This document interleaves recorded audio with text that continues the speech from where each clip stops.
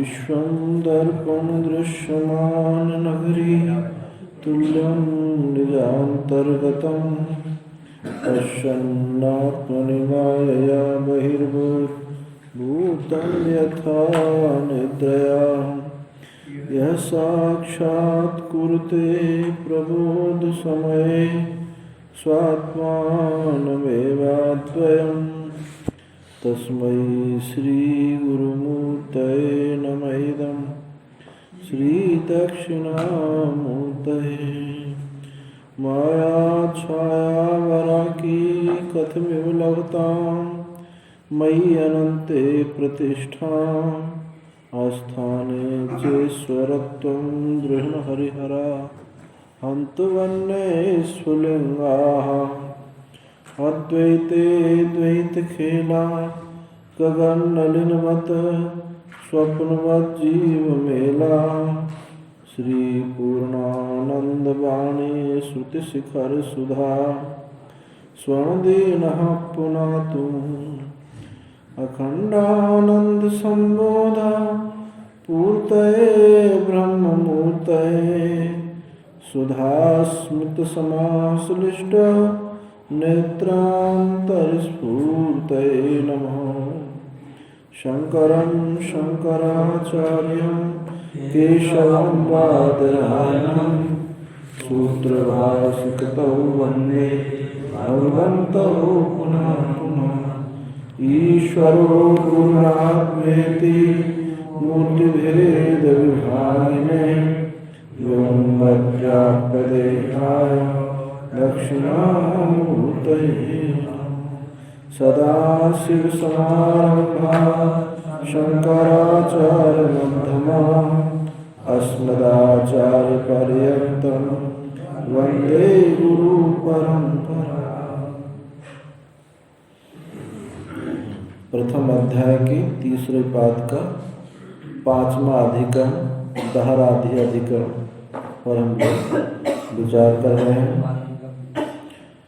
जिसमें ये श्रुति है यदि इदमस्मिन् ब्रह्मपुरे दहरं पुंडरीकं वेशं दहरोऽस्मिन् अंतराकाश तस्मिन् यद अंतः तदन्वेष्टव्यम तद्वा विजिज्ञासितव्यम, कि इस ब्रह्मपुर में जो ये ब्रह्मपुर है, इसमें जो दहर पुंडरीक छोटा हृदय कमल है, उसमें जो आकाश है उसमें खोज करनी चाहिए, उसी में जिज्ञासा करनी चाहिए।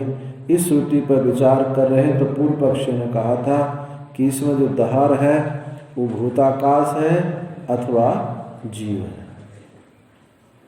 सिद्धांती ने कहा कि नहीं, ये जो दहर है ये परमेश्वर ही है। बाह्य आकाश के साथ उपमा देने से और द्विभू आदि का अधिष्ठान होने से, आत्मत्व होने से, पाप राहित्व आदि होने से, इन धर्मों से और लोक की मर्यादा का संस्थापक होने से, यानी सेतु होने से ये दहर परमेश्वर ही है। तो इसमें सूत्र है गति शब्दाभ्याम तथा ही दृष्टम लिंगम च। इस सूत्र पर विचार करें। गति शब्दाभ्याम, गति और शब्द से, तो गति क्या है? इमाः सर्वाः प्रजाः आहर आहर गच्छन्त्य एतं ब्रह्मलोकम न विन्दति। ये सब प्रजा दिन प्रतिदिन रोज ब्रह्मलोक को जाती है, परंतु ये उसको ज्ञान नहीं होता कि मैं ब्रह्मलोक से लौट कर आया। ये उसको बोध नहीं होता, नित्य सुसुप्ति में जाता है। तो दहर वाक्य से सुप्त प्रत्यह गमन ब्रह्मलोक शब्दाभ्याम प्रतीयते दहर ब्रह्मैव। इसलिए दहर वाक्य शेष दिन प्रतिदिन ब्रह्मलोक को जाने से लोग इन शब्दों से ये ब्रह्म ही दहर जो है ये ब्रह्म ही है, भूताकाश या जीव नहीं है। तथा दृष्टम और देखा गया है। एक दूसरी श्रुति में देखा गया है कि सता सौम्य तदा संपन्नो भवति। हे सौम्य, हे प्रिय दर्शन, सत्य से तब वह सत्य से संपन्न हो जाता है। इस श्रुति से भी लगता है कि वो जो ब्रह्मलोक है, जो दहर है, वो ब्रह्म है। और लिंगम च, लिंग भी दिखाई पड़ता है। प्रत्यहम ब्रह्मलोक गमनाद असंभवात। ये लिंग भी मालूम पड़ता है कि प्रतिदिन हम ब्रह्मलोक नहीं जा सकते। असंभवात ब्रह्मैव लोक, इसलिए ब्रह्म ही लोक है। ब्रह्मलोक, ब्रह्मलोक नहीं, ब्रह्मैव लोक। ये निषाद स्थपति न्याय से आगे बताएंगे। इसमें निषाद स्थपति न्याय होता है, जिससे ये ब्रह्मलोका ना हो करके ब्रह्मैव लोका, ब्रह्मलोका ऐसा होगा। आगे बताएंगे निषाद स्थपति न्याय क्या होता है।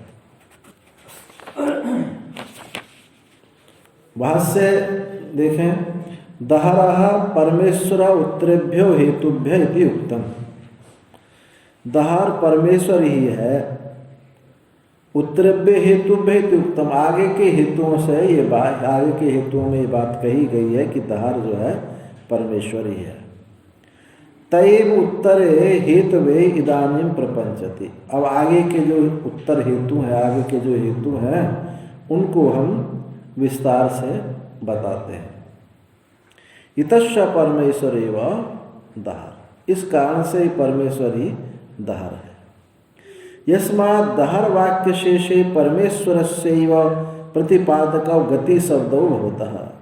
क्योंकि दहर वाक्य के शेष में, अंत आखिर में परमेश्वर के ही प्रतिपादन करने वाले गति और शब्द दोनों देखे जाते हैं। क्या देखे जाते हैं? इमाः सर्वाः प्रजाः अहर अहर गच्छन्त एतं ब्रह्मलोकम न विन्दति। ये प्रतिपादक देखा जाता है कि ये सब प्रजाएं इस हृदयाकाश संज्ञक जो दहर है, इस ब्रह्मलोक में दिन प्रतिदिन ये जाती हैं। सुषुप्ति काल में प्रतिदिन ये जाती हैं, किंतु उसको जानती नहीं है कि हम ब्रह्मलोक में गए हैं या ब्रह्मलोक से लौट करके आए हैं।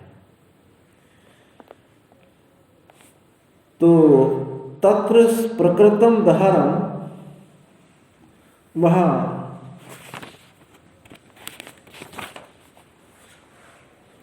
दहरम ब्रह्मलोक शब्देन अभिधाया तद विषया गति प्रजा शब्दवाच्यानाम जीवानाम अभिधीयमाना दहरस्य ब्रह्मताम गम्यति। वहाँ जिसका एक प्रकरण चल रहा है दहर का, इस प्रकृत दहर को ब्रह्मलोक शब्द से कह करके तद विषया गति, और उसके विषय में ही गति कही गई है। दहर को ही ब्रह्मलोक शब्द से कहा गया है और तद विषया गति, उसके विषय में ही गति कही गई कि उसमें जाता है और रोज दिन प्रतिदिन जाने पर लौट कर आ जाता है, परंतु ये नहीं जानता है कि मैं ब्रह्मलोक में हम गए थे। इति गति प्रजा शब्द, गति अप्रजा शब्द वाच्यानाम जीवानाम अभिधीयमान दृश्य ब्रह्मताम गम्यति। इसलिए प्रजा गति, ये प्रजा शब्द वाच्य जो जीव हैं, कौन गया था वहाँ? जीव ही तो गया था। तो गति और प्रजा शब्द वाच्य जीवों का कथन होते हुए ये दहर की ब्रह्मता ही जानी जाती है कि जीव वहाँ उस ब्रह्मलोक में जाता है, बोध ना होने से फिर लौट करके आ जाता है। जैसे किसी घड़े में पानी भर के उसके ऊपर से मुंह बंद कर दें और कुआं में डुबो दें, फिर निकाल लें, तो जाता तो है पर कुआं से एक ही भूत नहीं होता। ये नहीं जानता कि मैं कुआं में गया हुआ हूँ। अंदर जो पानी भरा है घड़े के अंदर, उस कुआं के साथ एक ही भूत नहीं हो पाता, जबकि एक भूत उसके साथ मिल आया है, उसमें डूब आया है। ऐसे ही अविद्या के कारण ये जीव लौट करके, अब यहाँ जो उस दिन बताई थी कि अविद्या नहीं है, अभी इससे मालूम पड़ता है कि सुषुप्ति अविद्या की बात है। तो यहाँ समझना चाहिए, यहाँ बताने से तात्पर्य है कि वो उपाधि जब तक छूटती नहीं है तब तक एक ही भूत नहीं हो सकता। तो अविद्या निवृत्ति के लिए बात कही गई, और वहाँ जो बात बताई गई थी वहाँ ये बताना था कि यहाँ कुछ भी नहीं रहता है, तो वो अपना स्वरूप ही है और तात्कालिक अध्यास होता है।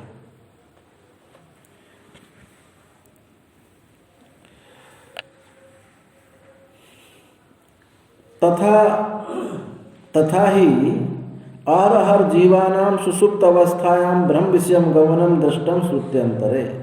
तथा ये दिन प्रतिदिन जीवों का सुषुप्ति अवस्था में ब्रह्म विषय गमन, ब्रह्म में जो गमन है देखा गया है, ये दूसरी श्रुति से भी ऐसा देखा गया है। सदा सौम्य तदा संपन्नो भवति। हे प्रियदर्शन, उस सत्य से तब वो संपन्न हो जाता है, एकभूत हो जाता है। इत्येवम आदि, इससे दोनों श्रुतियों से सिद्ध होता है कि दहार जो है ये ब्रह्म है और उसी में वो रोजाना दिन प्रतिदिन उसी में जाता है। दहार भूताकाश नहीं है, जीव भी नहीं है। लोकेपि किल गाढ़ सुषुप्तायाम सुषुप्तम आचक्षते। लोक में भी गाढ़ सुषुप्ति को क्या कहते हैं? ब्रह्मीभूतो ब्रह्मगताम गतः, ब्रह्मताम गतः। ये जो है ब्रह्मीभूत हो गया है। अब तो ये कहते हैं ना, अब तो ब्रह्मानंद में चले गए। महात्मा लोग कहते हैं आओ ब्रह्मानंद में चले गए, ये ब्रह्मीभूत ब्रह्मी हो गया है, ब्रह्मताम गता, ब्रह्म को प्राप्त हो गया है। ऐसा लोक में भी कहते हैं गहरी निद्रा को। तथा ब्रह्मलोक शब्दोपि प्रकृति दहर प्रयुज्यमाना जीव भूताशंका निवर्त्यन ब्रह्मतामस्य गम्यते। तथा ब्रह्मलोक शब्द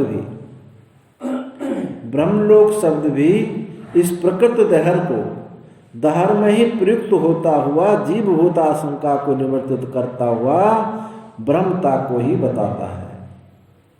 ये जीव जो वहाँ सुषुप्ति अवस्था में जीव की बात नहीं, ब्रह्म को कहा। दहर किसको कहा गया है?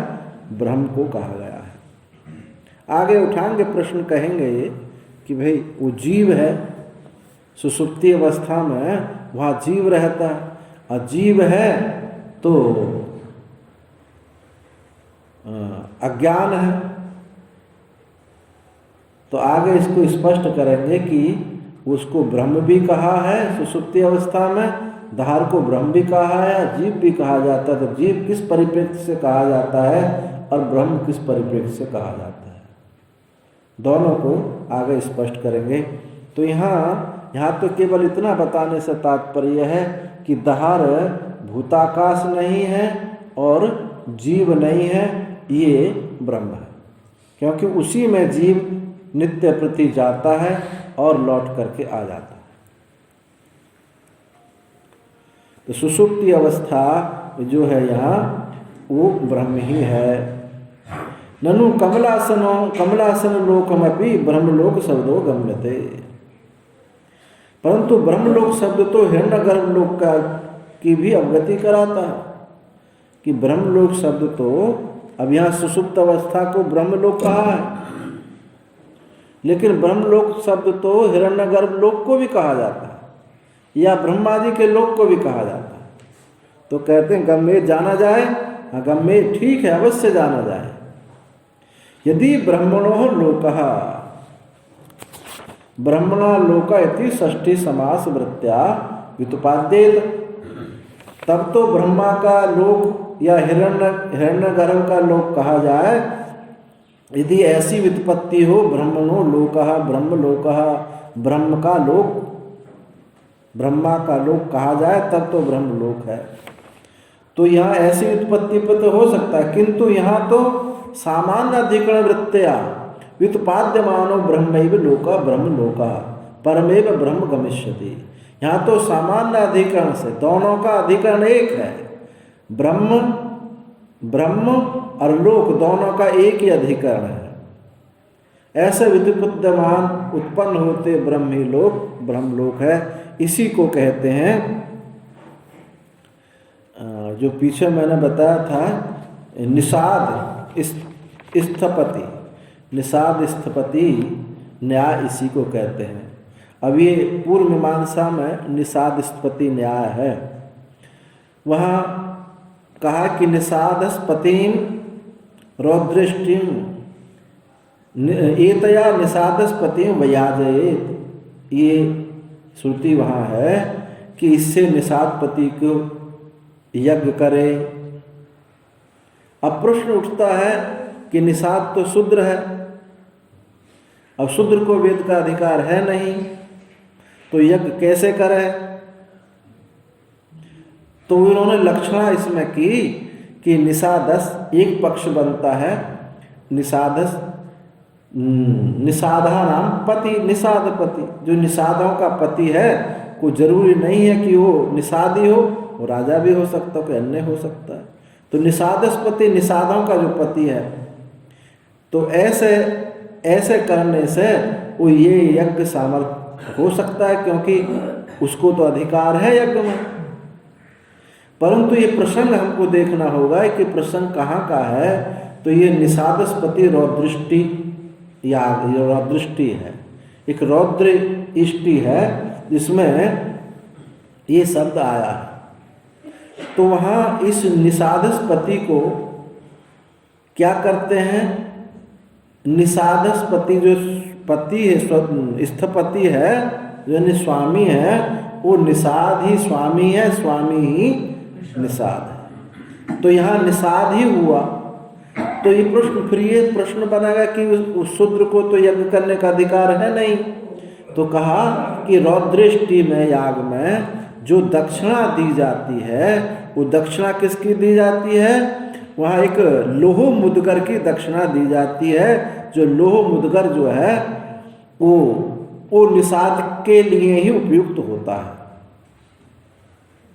तो इस लक्षण से, इस लिंग से, रौद्रष्टि लिंग से वहाँ निषाद का यज्ञ में अधिकार हो जाता है, शूद्र का वहाँ यज्ञ में अधिकार हो जाता है। तो कितने फिर यज्ञ, वेद तो उसने पढ़ा नहीं, उतने ही मंत्रों का उसको स्वाध्याय कराया जाता है, केवल उतने ही मंत्र जितने उसमें प्रयुक्त होने वाले हैं। तो इसको बोलते हैं निषादस्पति न्याय। कि ऐसे ही यहाँ भी निषादस्पति न्याय से ये जो निषाद ही स्वामी है और स्वामी ही निषाद है, ऐसा एक को ही कहा गया, ना कि ऐसा नहीं कहा गया निषादों के पति निषादपति नहीं है, निषाद ही पति है, पति ही निषाद है। ऐसे ब्रह्मलोक शब्द जो है ब्रह्मणों लोका ना होकर के, षष्ठी समास ना होकर के ब्रह्मणोलोक, ब्रह्मैव लोका है, ब्रह्मलोका, जो ब्रह्म ही वो लोक है। अब यहाँ ब्रह्म का लोक ना होकर के ब्रह्म ही लोक है। ऐसी निषादस्पति न्याय से ऐसा टीकाकार ने बताया। तो ये जो दहार है ये ब्रह्म लोक है, क्योंकि वो ब्रह्म ही है। परमेव ब्रह्म गमिष्यति, पर ब्रह्म को ही वो प्राप्त होगा। एतदेव च आहर ब्रह्मलोक गमनम दृष्टम ब्रह्मलोक शब्दस्य सामानाधिकरण वृत्ति परिग्रह लिंगम। इस ब्रह्मलोक गमन जो देखा गया दिन प्रतिदिन, ब्रह्मलोक शब्द का यानी ब्रह्म में ही जो गमन देखा गया है, तो सामान्य अधिकरण वृत्ति के ग्रहण करने में ये चिन्ह है। दोनों ब्रह्म लोका, ब्रह्मैव लोका, लोक ही ब्रह्म है और ब्रह्म ही लोक है, दोनों में कोई विविधता नहीं है। तो इस दोनों का अधिकरण एक होने की वजह से ऐसा लिंग लिया गया। तो दहार ये ब्रह्म हुआ। तो नहीं आहर इमा प्रजा ब्रह्म कार्य ब्रह्मलोकम सत्यलोकाख्यम गच्छन्ति इति शक्यम कल्पितम। इसलिए दिन प्रतिदिन ये जो प्रजा है कार्य ब्रह्मलोक को, सत्यलोक को ये जाती है ऐसी कल्पना संभव नहीं है। रोजाना सत्यलोक को जाता हो आता हो, ब्रह्मलोक हिरण्यगर्भ को लोक को जाता हो आता हो, ऐसा संभव नहीं। ये सुषुप्ति में ही मैं रोजाना जाता है, सुषुप्ति ही ये ब्रह्मलोक है अर्थात ब्रह्म है। इस सामान्य अधिकरण से, एक सामान्य अधिकरण से इस सुषुप्ति जो है ब्रह्मलोक ना ब्रह्मलोक ही ब्रह्म ही है। तो दहर जो है ये ब्रह्म है। आगे कहते हैं धृतश्च महिम्नो अस्य अस्मिन् उपलब्धे। धृतश्च महिम्नः अस्य अस्मिन् उपलब्धे। धृतश्च अथ यह आत्मा स सेतु विधृति। इस श्रुति से जो ये आत्मा है वह सेतु है, धारण करने वाला सेतु है। इस श्रुति से धृति भी हेतु, इस धृति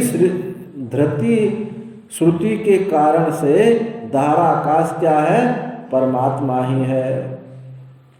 अस्य महिम्ना अस्य च सर्वलोक विधान लक्षण महिम्ना। क्यों? इसकी महिमा क्या है कि समस्त लोगों को धारण करना लक्षण इसकी महिमा है।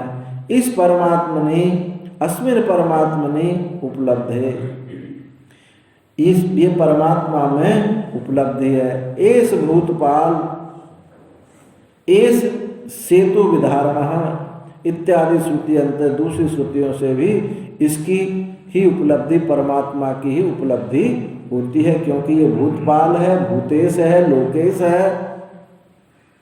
तो यहाँ धृति जो धारण करना है वो परमात्मा का ही है। तो इससे धृति महिमनोस्य अस्मिन् उपलब्ध है, इससे भी दहराकाश जो है वो ब्रह्म ही है, क्योंकि सबको धारण करता है और सेतु है। तो ये सब परमात्मा में ही प्राप्त हो सकता है। धृतिश्च हेतु परमेश्वर एव अयम दहरा। धृति हेतु से परमेश्वर ही यहाँ दहर है। कथम कैसे? दहरोस्मिन् अंतराकाश। इस श्रुति में कि इस अंतराकाश में इसी का जिज्ञासा करनी चाहिए और उसी की अन्वेषण करना चाहिए। तो जिज्ञासा अन्वेषण भी देखा जाए तो परमात्मा का ही होगा, ना कि भूताकाश का। भूताकाश के अन्वेषण करने से कोई फल प्राप्त होने वाला नहीं है। दहरो अस्मिन् अंतराकाशिति प्रकृत्य आकाश औपन्न पूर्वकम तस्मिन् सर्व समाधान मुक्त्वा तस्मिन्नेव च आत्मशब्दं प्रयुज्य अपहत पापत्वादि गुण योगम चौबुद्धिश्य तमेव अनृति व्रत प्रकरण निर्दशति। इस श्रुति में इस प्रकृत दहर को आकाशोम्य पूर्वक, आकाश की उपमा पूर्वक कहा। क्या उपमा दी थी? कि जितना ये आकाश है उतना ये अंतर्हृदय आकाश है। तो आकाश की उपमा पूर्वक तस्वीर उसमें सब समाधान मुक्ता, और उसी में कहा था कि उसमें द्युलोक है और ये पृथ्वी है, उसका समाधान कह करके तस्मिन् नेव, और उसी में क्या कहा था? आत्मशब्दम। उसी में आत्म शब्द का प्रयोग किया था और अपहत पापमादि गुण भी, कि वो पाप से रहित है ऐसा गुण का भी वहीं बताए थे। 3 गुणों का योग को उपदेश करके तमेव अनतिव्रत प्रकरणम निर्दशति। उसी को ही अनतिव्रत प्रकरण माने प्रकरण समाप्ति के पहले जब प्रकरण समाप्त होना उससे पहले ये निर्देश किया है। क्या निर्देश किया है? अथया आत्मा ससेतु विधृति ऐसा लोकानाम असंभेदाय। वह जो आत्मा है, जो कौन आत्मा? जिसमें द्युलोक पृथ्वी थे समाहित हैं, वही आत्मा यह सेतु है, सेतु विधृति है। ऐसा लोकानाम असंभेदाय। ये लोगों का मिश्रण ना हो जाए, लोग अपनी मर्यादा को ना छोड़ दें। इस लोक की मर्यादा को रखने के लिए वो धारण करने वाला सेतु है। तो इस लिंग से, इस धृति लिंग से ये दहर क्या हुआ? ब्रह्म ही हुआ, दहर ब्रह्म हुआ। तो तत् विधृति इति आत्म शब्द सामान्य अधिकरणाद विधारिता उच्यते। इसलिए विधृति, वहाँ विधृति ऐसा, और आत्म शब्द के सामान्य अधिकरण से, आत्म शब्द विधृति है, ये सब एक सामान्य अधिकरण में है। एक सामान्य अधिकरण होने से विधारिता उच्यते, वही विधान करने वाला, सबको धारण करने वाला कहा जाता है। और इसमें तीन प्रत्यय जो है, तिज प्रत्यय जो है क्या? कर्तरी स्मरणात्, कर्ता में स्मरण होता है। जब तीन प्रत्यय लगेगा है तो क्या होगा? वो कर्ता कहा जाएगा। जैसे विधृता, कर्ता, भोक्ता, इसमें सब में तीन प्रत्यय लगने से ये कर्ता में ही स्मरण होता है। यथोदक संतानस्य विधारिता लोके सेतु क्षेत्र संपदाम असंभेदाय। जैसे उदक संतानस्य, जैसे कि पानी की धारा का विधान करने वाला, धारण करने वाला लोक में सेतु कहा जाता है। अब जैसे खेत में मेंढ बनाई जाती है, इसको मेंढ को आप सेतु मान लें। ये विभाजन करने के लिए कहीं बनाते हैं कि इधर चना है, इधर गेहूँ है, इधर चना है, इधर गेहूँ है, मसूर है, मसूर में पानी कम लगेगा, गेहूँ में ज़्यादा लगेगा, तो भैया मेंढ बनाओ। तो ऐसे यहाँ समझो, जो जल की धारा का विधान करने वाला, जैसे लोक में सेतु है, क्षेत्र संपदा असंभेदाया, तो क्षेत्र की संपदा को मिश्रण ना हो जाए, इसलिए इसी प्रकार से यह आत्मा भी एक सेतु है। इस प्रकार यह आत्म ऐसा अध्यात्मादि भेद भिन्नानाम लोकानाम वर्ण आश्रमादि नाम विधारिता। ऐसे ही जैसे खेत में उसको बताया, उसी प्रकार से आत्मा अध्यात्मादि भेद से भिन्न लोकों का, वर्ण आश्रम आदि का धारण करने वाला ये सेतु असंभेदन के लिए उनमें सांकरता नहीं आए। अब जब ये सांकरता आती है, देखो सांकरता आने पर ही क्या है? अंतःकरण शुद्धि का रास्ता रुक जाता है। अंतःकरण रास्ता सूख गया तो परमात्मा का बोध भी नहीं होता। तो ये क्षेत्र संपदा, उनमें आपस में ये मिश्रण ना हो जाए उनको, और भी जब भगवान परमात्मा की मर्यादा नहीं रहेगी, धारण शक्ति नहीं रहेगी, तो सूर्य का पता नहीं, मन में आवे तब निकल जा कर, तब आवे नहीं निकल कर। समुद्र अपनी मर्यादा को तोड़ दे। इन सब को, वायु कभी बहे कभी ना बहे, इन सब को धारण करने का काम कौन है? ये परमात्मा ही है, जिसके भय से वायु बहती है, सूर्य तपता है, और ये मृत्यु भी जिसके भय से ही दौड़ लगाती रहती है। तो विधृति धारण करना भी ये दहर ब्रह्म ही है।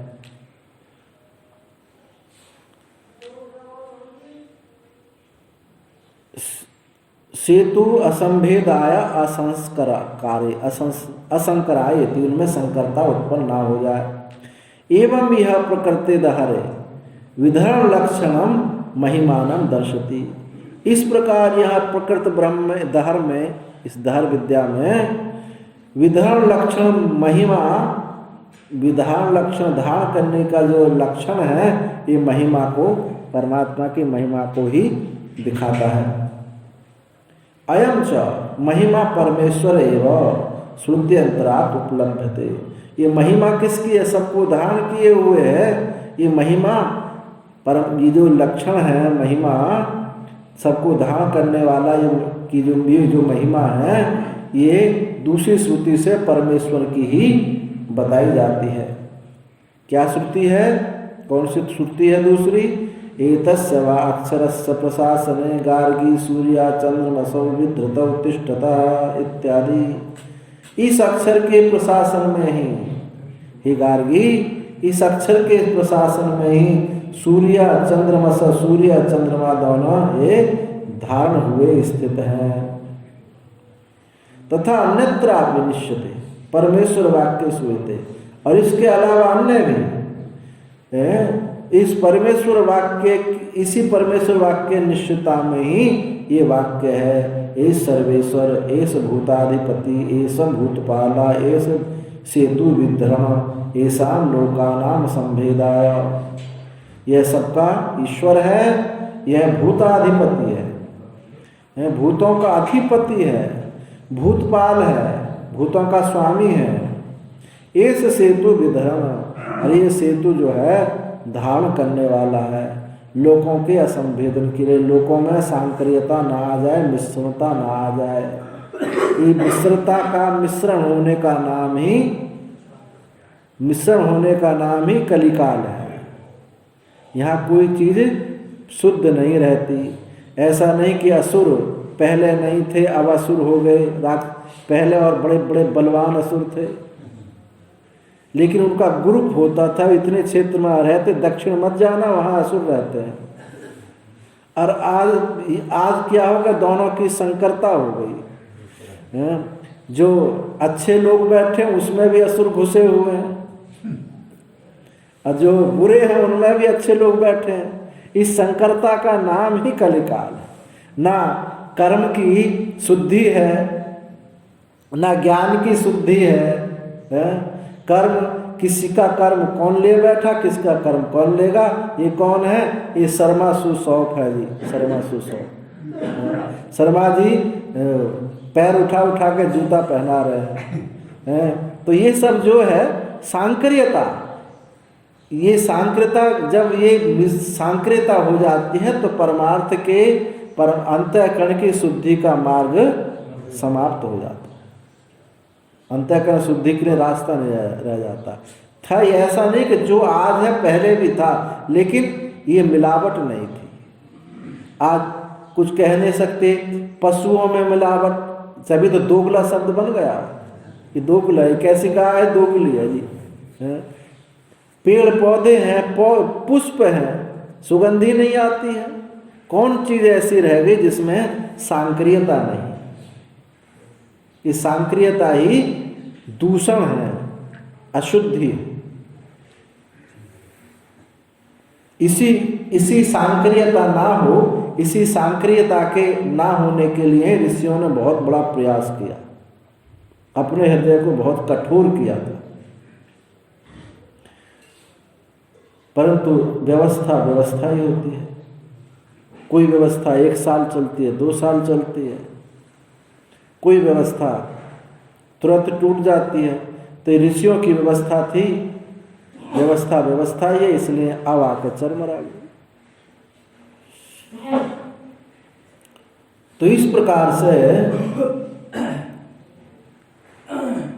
एवं धृते हेतु परमेश्वर अयम दहरा, इस धृति हेतु से, धारण करने के लिंग से, हेतु से ये परमेश्वर ही दहर है। भूताकाश अथवा जीव दहर नहीं है। प्रसिद्धिश्च, और प्रसिद्धि से भी क्या प्रसिद्धि है? आकाशो वै नाम रूपयो निर्वहिता इत्यादि श्रुतौ आकाश शब्द से परमात्मा ने एवं प्रसिद्धि।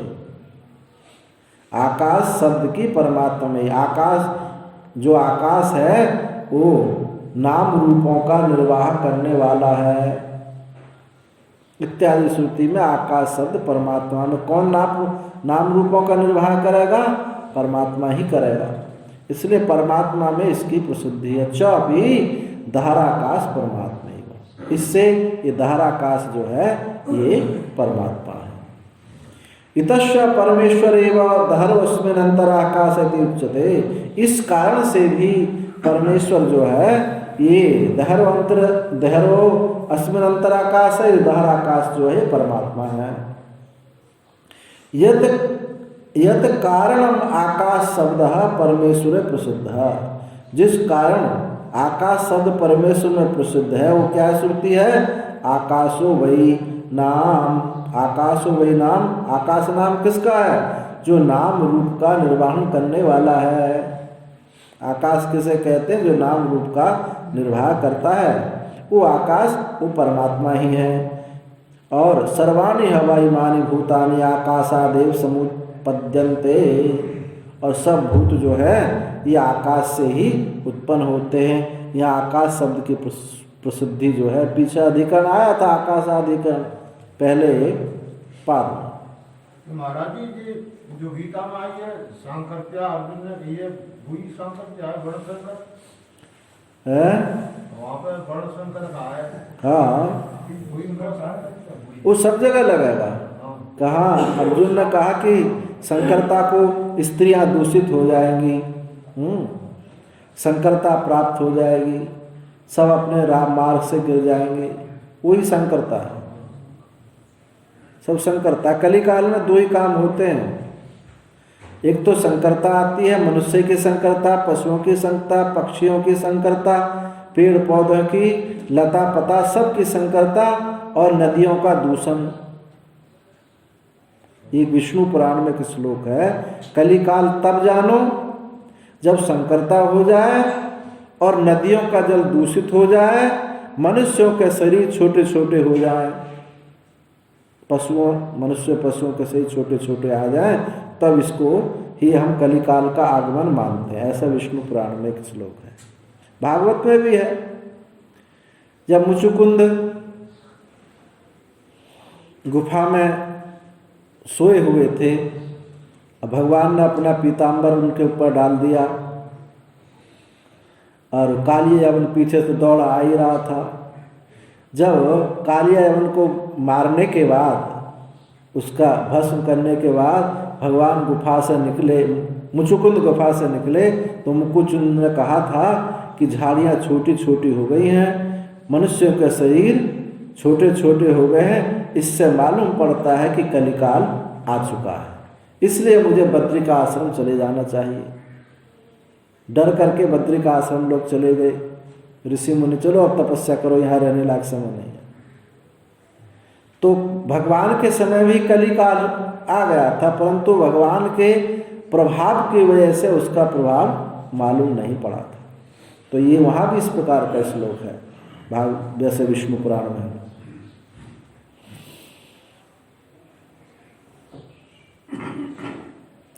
इत्यादि प्रयोग दर्शना जीवे तू न क्वचिद आकाश शब्द प्रयुज्यमानो दृश्यते, किंतु जीव में कहीं भी आकाश शब्द का प्रयुक्त होता हुआ नहीं देखा जाता। भूताकाशस्तु सत्यामपि आकाश शब्द प्रसिद्ध हो, उपमान उपमेय भाव आदि असंभवा न गृहीतव्य इति उक्तम। यद्यपि भूताकाश में आकाश शब्द की प्रसिद्धि है, भूताकाश को आकाश कहा जाता है, तो भी उसमें उपमान उपमेय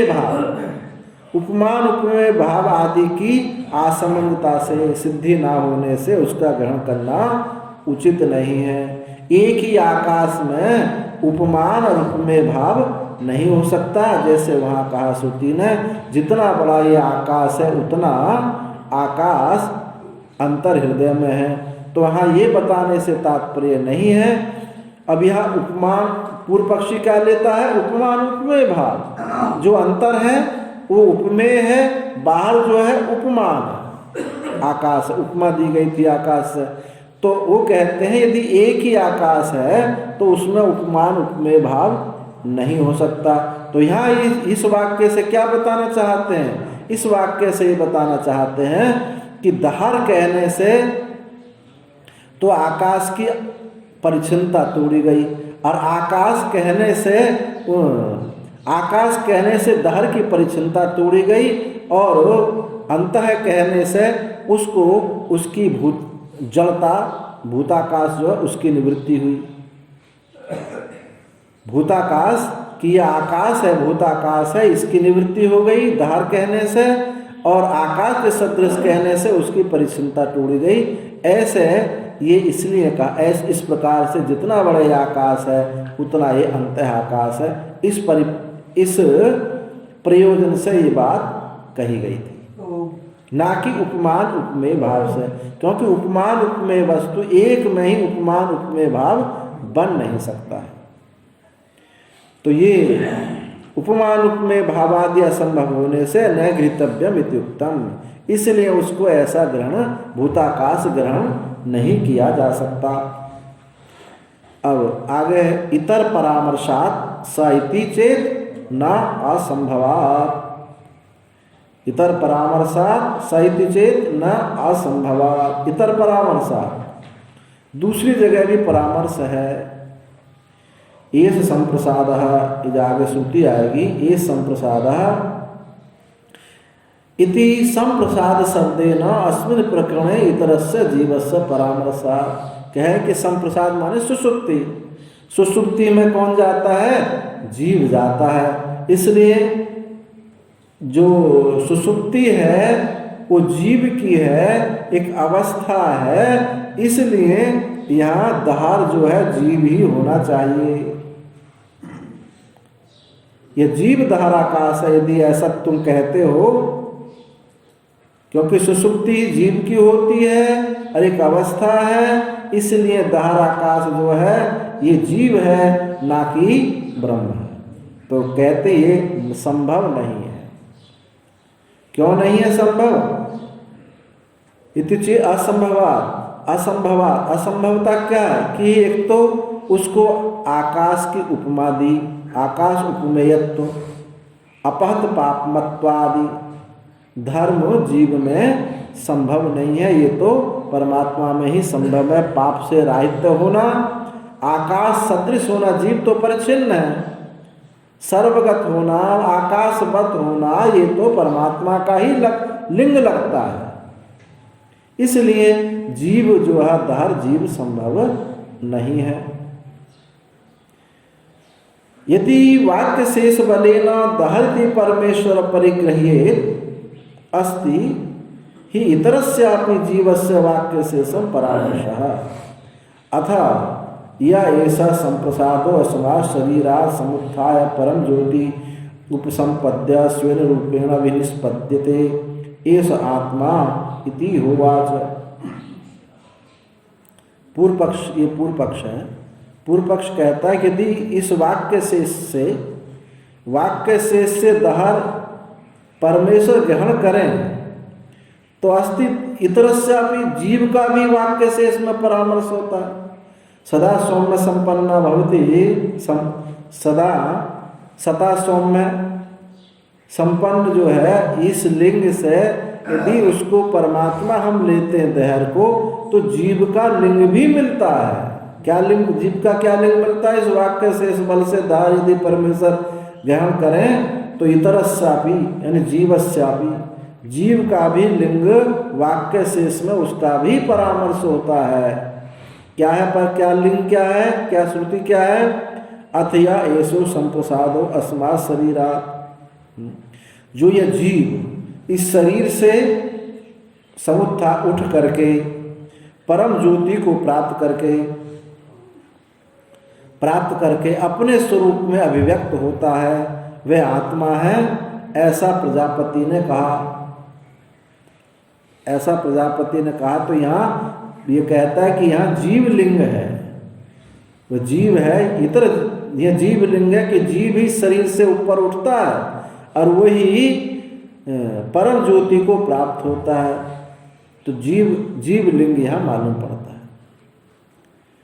अतः अत्र ही संप्रसाद शब्द श्रुत्यंतरे सुषुप्त अवस्थायां दृष्टत्वा तदवस्थावंतम जीवम शक्नोति उपस्थापितम।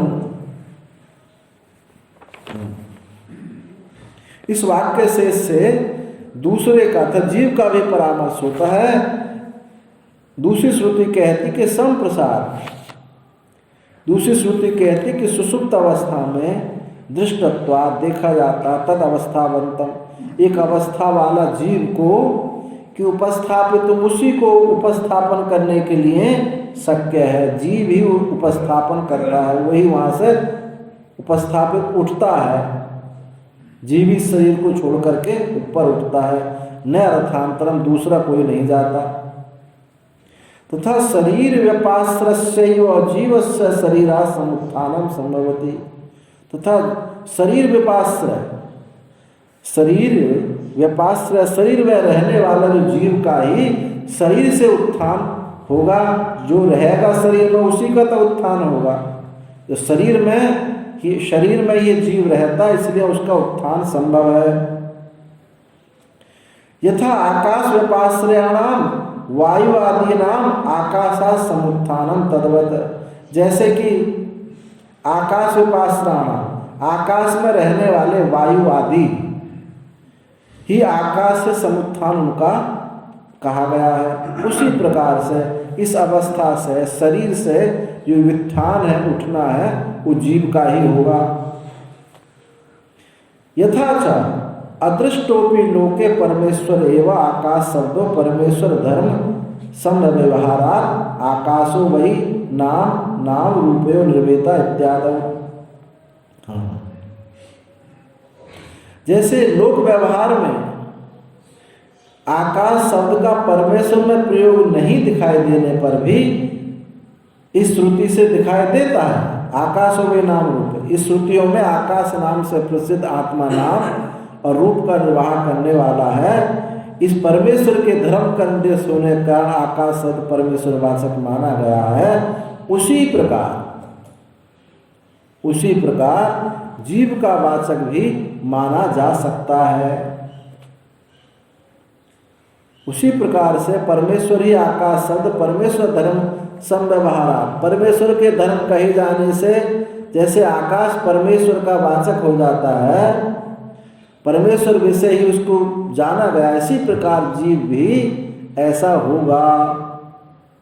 तस्मा इतर परामर्शात, इसलिए इतर परामर्श के इस दूसरे परामर्श से दहर उसमें अंतर आकाश इत्यत्र सैव जीव उच्चते, तो इस परामर्श से दहर जो दहर आकाश है ये जीव है, ऐसा कहा जा सकता है, कहा जाता है। यदि ऐसा कहते हो, अब सिद्धांति कहता है न एतद एवं स्यात्, इस प्रकार से वही नहीं होगा। कस्मात्, क्यों नहीं होगा? असंभवात्, संभव नहीं। नहीं जीवो बुद्ध्यादि उपाधि परिच्छेद अभिमानी सन आकाश से उपमीयेत, क्योंकि जीव बुद्धि आदि उपाधि परिच्छेद का जो अभिमानी है, जीव अंतःकरण अभिमानी तो जीव है, तो बुद्धि आदि उपाधि परिच्छेद का जो अभिमानी जीव है, अभिमानी होता हुआ आकाश रूप से उसकी उपमा नहीं दी जा सकती, क्योंकि आकाश तो अपरिच्छिन्न है और जीव क्या है? परिच्छिन्न है। न च उपाधि धर्मान अभिमन्यमानस्य अपहत पापमत्वादयो धर्माः संभवन्ति। उपाधि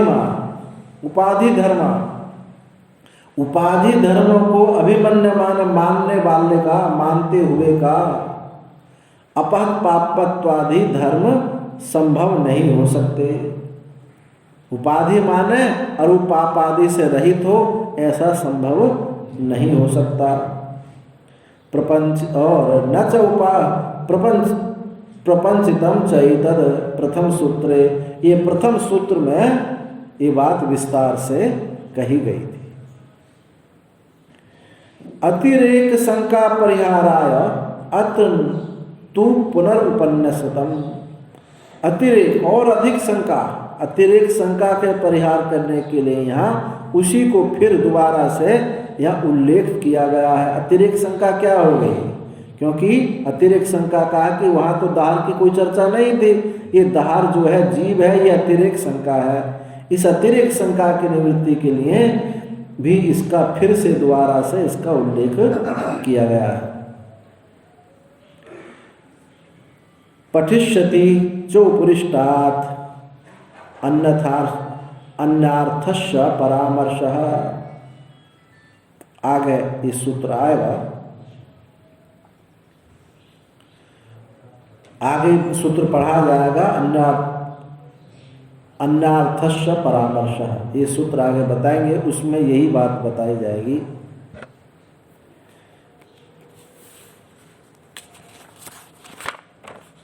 अब आगे सूत्र प्रारंभ होता है, उत्तराश्चेद आविर्भूत स्वरूपस्तु। उत्तराचेत आविर्भूत स्वरूप वस्तु। ये जो जीव की चर्चा चल रही थी कि जीव ही धाराकाश है, और सिद्धांति ने कहा कि ये धार जो है ब्रह्म है, परमेश्वर है। तो यहाँ इस सूत्र पर कुछ विवाद है। विवाद यह है कि जो अभी हम रोजाना जो वैयासिक न्यायमाला पढ़ते हैं, उन्होंने वैयासिक न्यायमाला दी, तो इसको अलग से अधिकरण मानते हैं। इस सूत्र का एक अलग अधिकरण मानते हैं, जिसका नाम रखा है उत्तराधिकरण। और लेकिन भगवान भाष्यकार ने अलग से इसका अधिकरण स्वीकार नहीं किया। तो वैयासिक न्यायमाला है, ब्रह्म विद्या भरण है, इन आचार्यों ने इसको अलग से सूत्र माना, अलग से अधिकरण माना। लेकिन शंकराचार्य ने ऐसा नहीं माना, उसी में है इसको। लेकिन पढ़ने से ऐसा महसूस होता है कि ये अलग अधिकरण होना चाहिए। अभी भाष्य आप पढ़ेंगे तो अंतर मालूम पड़ेगा, लेकिन अलग नहीं किया। तो उसमें इसको भी बता देते हैं क्या अधिकरण है इसका। यह प्रजापति विद्यायाम स किं जीवो अथवा ईश्वर जागृत स्वप्न सुसुप्तोक्ते तद्वान जीव इहोचितः आत्मा अपत पापमेति प्रज्ञाम्यांते स उत्तमः पुमान इत्युक्त ईश्वत्र जागृत आदि अबोध है। इसमें अपहत पापमत्वादि श्रुति पर विचार किया कि प्रजापति विद्या में उक्त पुरुष जो जीव है अथवा परमेश्वर है, संशय हुआ। पूर्व पक्षी ने कहा कि जागृत स्वप्न सुषुप्ति अवस्था कही गई है, अतः उन अवस्थाओं में उक्त जीव ही कहा जा सकता है, क्योंकि अवस्था जीव की होती है, परमात्मा की अवस्था नहीं होती।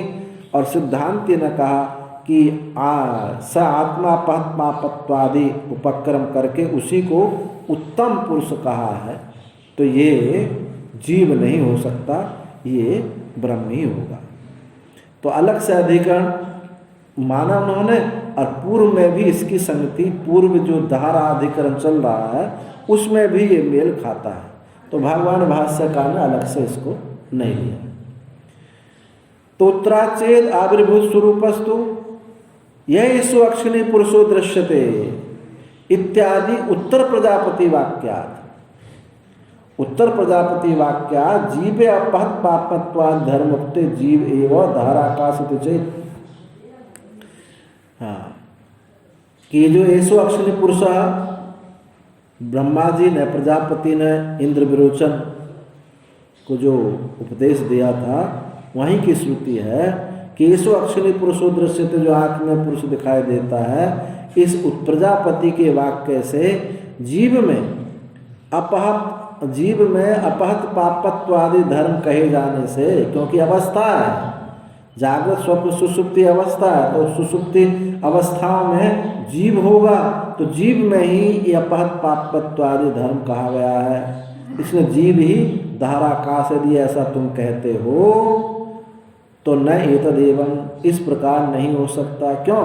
आविर्भूत स्वरूपस्तु, जीव का आविर्भूत स्वरूप का वहाँ वर्णन है, तिरोभूत स्वरूप का वर्णन वहाँ नहीं है। जब जीव का तिरोभूत स्वरूप है तब वो अवस्था विशिष्ट होगा, और जब जीव का आविर्भूत स्वरूप का वर्णन होगा तो वही ब्रह्म होगा। उपाधि के कारण तो सारा खेल बना है। ये उपाधि टूट गई तो जीव ही ब्रह्म है, और उपाधि है तो जीव कहा जा रहा है। तो अवस्था आदि किसमें? उपाधि के अंतर्गत है, परंतु वहाँ जो निरूपण हो रहा है वो आविर्भूत स्वरूप का निरूपण हो रहा है।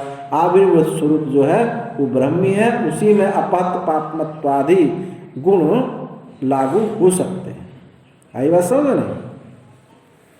तो इससे आविर्भूत परमार्थ स्वरूप जीव ही वहां विवक्षित है। इस जीव का इस स्वरूप का विवक्षा है, न तो जीवत्व विशिष्ट, जीवत्व विशिष्ट उपाधि विशिष्ट वहां जीव का वर्णन नहीं। अतः जीवो न दहरा किंतु ब्रह्म ही है। इतर परामर्शादिया जीवाशंका जाता सा असंभवात निराकृता। इतर परामर्श से जो जीव की आशंका उत्पन्न हुई थी, सा असंभवात असंभव होने से उसका निराकरण हो गया। अथेदानीं मृतस्यैव अमृतसेकात् पुनः समुत्थानं जीवाशंकयाः क्रियते उत्तरस्मात् प्रजापत्याद वाक्यात्। अब मृतस्य अमृत सेकात्, जैसे मरे हुए पे अमृत छिड़क दें तो पुनः जीवित हो उठता है, ऐसे ही पुनः समुत्थान जीवाशंका फिर खड़ी हो गई है। क्यों? कैसे? आगे प्रजापति के आगे कहे जाने वाले प्रजापति के वाक्य से, उत्तरस्मात् प्रजापति वाक्यात्, आगे कहे जाने वाले प्रजापति के वाक्य से मरे हुए पर अमृत छिड़कने के समान फिर शंका खड़ी हो गई। तो यहाँ फिर जीव मालूम पड़ता है। तत्र ही यह आत्मा अपहत पापमा, क्योंकि वहाँ जो आत्मा है अपहत पापमा इति अपहत पापमत्वादि गुणकम आत्मानम् अन्वेष्टव्यम जिज्ञासितव्यम च प्रतिज्ञाया। अपहत पापत्वादि गुणक आत्मा का अन्वेषण करना चाहिए, उसी की जिज्ञासा करनी चाहिए, ऐसे प्रतिज्ञा करके यह ऐसो अक्षणी पुरुषो दृश्यते स आत्मा। ये जो आंख में पुरुष दिखाई देता है, ये कौन है? ये आत्मा है। इति ब्रुवन्, ऐसा कहते हुए अक्षिस्थम दृष्टारम जीवात्मानं निर्दशति। अक्षी में स्थित दृष्टा को जीवात्मा का निर्देश होता है कि आंख में तो जीव रहता है, उसका निर्देश होता है। और कहा भी है, श्रुति ने कहा है, एतम तु एव ते भूयो अनुव्याख्यास्यामि। इसी को मैं तुम्हारे लिए फिर इसका व्याख्यान करूंगा। वहाँ जो जागृत स्वप्न सुषुप्ति तीन, जागृत में उद शराब आदि पानी भर करके प्रतिबिंब देखने के लिए कहा था, प्रजापति उसको पढ़ेंगे तो सब स्मृत हो जाएगा। तो वहाँ जागृत स्वप्न सुषुप्ति तीन अवस्थाओं के माध्यम से उस परम तत्व का उपदेश दिया था। तो उसी को कह रहे हैं एतम तु एवते, क्योंकि एतम तु एव, अब इसको ही मैं तू शब्द पूर्व अवस्था से दूसरी अवस्था को दिखाने के लिए तू शब्द का प्रयोग है। तो इसी को मैं तुम्हारे लिए फिर इसकी व्याख्या करूंगा। इति च तमेव पुनः पुनः परामर्श, उसी का ही बारंबार परामर्श करके यह इस स्वप्ने महिमान शरति, इस आत्मा ये जो स्वप्न में अपनी महिमा में विचरण करता है, ये आत्मा है। इति तत् यत्र एतत् सुप्तः संपन्ना समस्त संपन्ना स्वप्ना न विजानाति एस्ते आत्मा। सुषुप्ति में कहा वहाँ जो यह सोया हुआ है समस्त संपन्न, भली प्रकार से संपन्न, सत्य के साथ संपन्न हुआ है। स्वप्नम न विजानाति, स्वप्न को नहीं जानता है, एस आत्मा, ये आत्मा है। तो जीवमेव अवस्थांतर्गतम व्याचष्टे, जीव की ही दूसरी अवस्थाओं में गए हुए का वर्णन होता है। जीव की ही दूसरी अवस्थाओं में वर्णन होता है। ये पूर्व पक्ष चल रहा, ध्यान रखें इसको, क्योंकि सब तस्सैव च अपहत पापत्वादि निर्दशति, और उसी का ही अपहत पापमत्वादि, पाप से रहित है, ये उसी का ही दिखाया गया है। जो जागृत से स्वप्न में गया, स्वप्न से सुषुप्ति में गया, उसी को कहा कि ये पाप आदि से रहित है। तो जीव के ही एतद अमृतम अभयम एतद ब्रह्म, ये अमृत है, अभय है, ये ब्रह्म है, ये जीव का ही पाप आदि से रहितता कही गई है। नाह खलु अयमेव संप्रत्यात्मानं जानाति अयम अहमस्मीति नो इमानि भूतानि। और कहा कि निश्चित रूप से यह इस प्रकार संप्रति आत्मानं, सुसुप्ति को प्राप्त हुआ आत्मा, संप्रति परमात्मा से एकता हुआ आत्मा को आत्मानं जानाति, जानता है कि अयम अहम अस्मीति, कि ये मैं हूँ। नो इमानि भूतानि, ना तो ये जानता है कि ये मैं हूँ, अन्ना ये भूत है, इनको जानता है सुसुप्ति अवस्था में। इति च सुसुप्त अवस्थायाम दोषम उपलब्ध है, इस सुसुप्त अवस्था में दोष को प्राप्त करके एतम तूते, इस सुसुप्त अवस्था में भी दोष है, इस एतम तूते, इसको, किंतु उसके तुम्हारे लिए फिर मैं व्याख्या करूंगा। नो एव अन्यत्र एतस्मात्, इसकी मैं तुम्हारे लिए फिर व्याख्या करूंगा। इससे अन्यत्र एतस्मात् ना, इससे अन्य की व्याख्या नहीं, उसी की व्याख्या करूंगा। ऐसा उपक्रम करके शरीर संबंध निंदा पूर्वक एस संप्रसादो अस्मात् शरीरा समुत्थाय परम ज्योति उपसंपद्य स्वेन रूपेण अभिनिष्पद्यते स उत्तमः पुरुषः। ऐसा उपक्रम करके कि शरीर संबंध की निंदा करके, निंदा पूर्वक ये संप्रसाद है, इस शरीर से उठा हुआ जो परम ज्योति को प्राप्त करके अपने स्वरूप से निष्पन्न होता है, वो उत्तम पुरुष है। इति जीवमेव शरीरात् समुत्थितम उत्तम पुरुषम दर्शति, ये जीव ही शरीर से उठा हुआ उसी को उत्तम पुरुष देखा जाता है। तस्मादस्ति संभवो जीवे पारमेश्वराणाम धर्माणाम, इसलिए है, संभव है, जीव में ही परमेश्वर के धर्म है, इससे ये बात, ये संभव हो जाता है। तो दहरास्मिन अंतराकाश है, इसलिए दहर में जो अंतराकाश है ये जीव ही है, ऐसा कहा गया है, ऐसा कहा गया है। इति चेत कश्चित् ब्रूयात्, यदि कोई ऐसा कहे तो यहाँ अवस्था के बल पर उसने जीव कहा है और उसी में परमात्मा के गुण अपने आरोप किए अपने।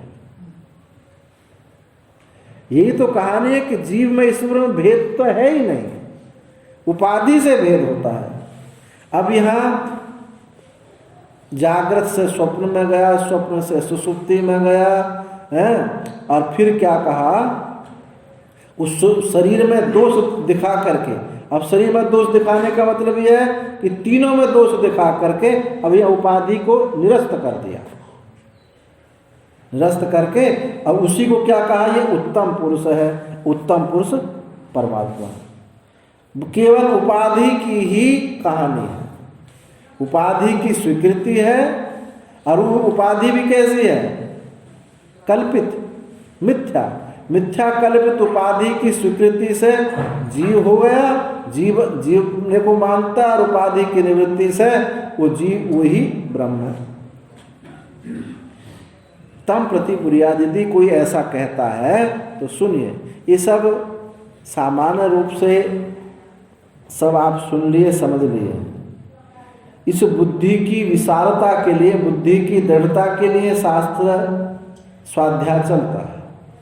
अब एक आपने मानी ही बात है, जब हम इस शास्त्र पढ़ के निश्चय कर लेंगे, तत्व पदार्थ का शोधन पूर्वक एकता निश्चय करेंगे, तो आपको कोई विपक्ष, विरोधी पक्ष वाला आपको हिला नहीं सकता। इसलिए बुद्धि की विशालता के लिए शास्त्र है।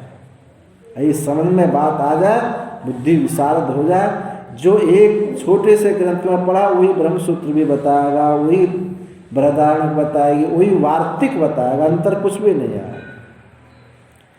तम प्रति बुरियाद, उसके प्रति कहें आविर्भूत स्वरूपस्तु, तू शब्द जो है पूर्व पक्ष व्यावृत्त्यर्थ, तू शब्द जो है पूर्व पक्ष की व्यावृत्ति के लिए है। क्या है पूर्व पक्ष? जीव सुषुप्त जो दहार को ही जो जीव कह रहा था, तो उसके लिए तू शब्द की व्यावृत्ति है। न उत्तर समादपि वाक्यादि जीवाशंका संभवती तथा, उत्तर वाक्य से, प्रजापति के वाक्य से भी जीव की आशंका संभव नहीं है। कस्मात, क्यों नहीं है? यतस् तत्रापि आविर्भूत स्वरूपो जीवो विवक्षते, क्योंकि वहाँ भी आविर्भूत स्वरूप जीव का विवक्षा है।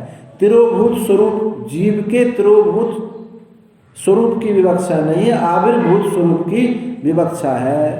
आविर्भूत स्वरूपम अस्य इति आविर्भूत स्वरूप, आविर्भूत स्वरूप जिसका है उसे आविर्भूत स्वरूप कहते हैं। भूतपूर्व गत्या जीव वचनम, भूतपूर्व गति से ये जीव शब्द लाया गया है। भूतपूर्व गति, अब जैसे एक सन्यासी हो गई, पहले फौज में थे, अब क्या कहते हैं? फौजी बाबा इधर आ जाओ, कहते ना। तो भूतपूर्व गति इसको कहते हैं, भूतपूर्व गति।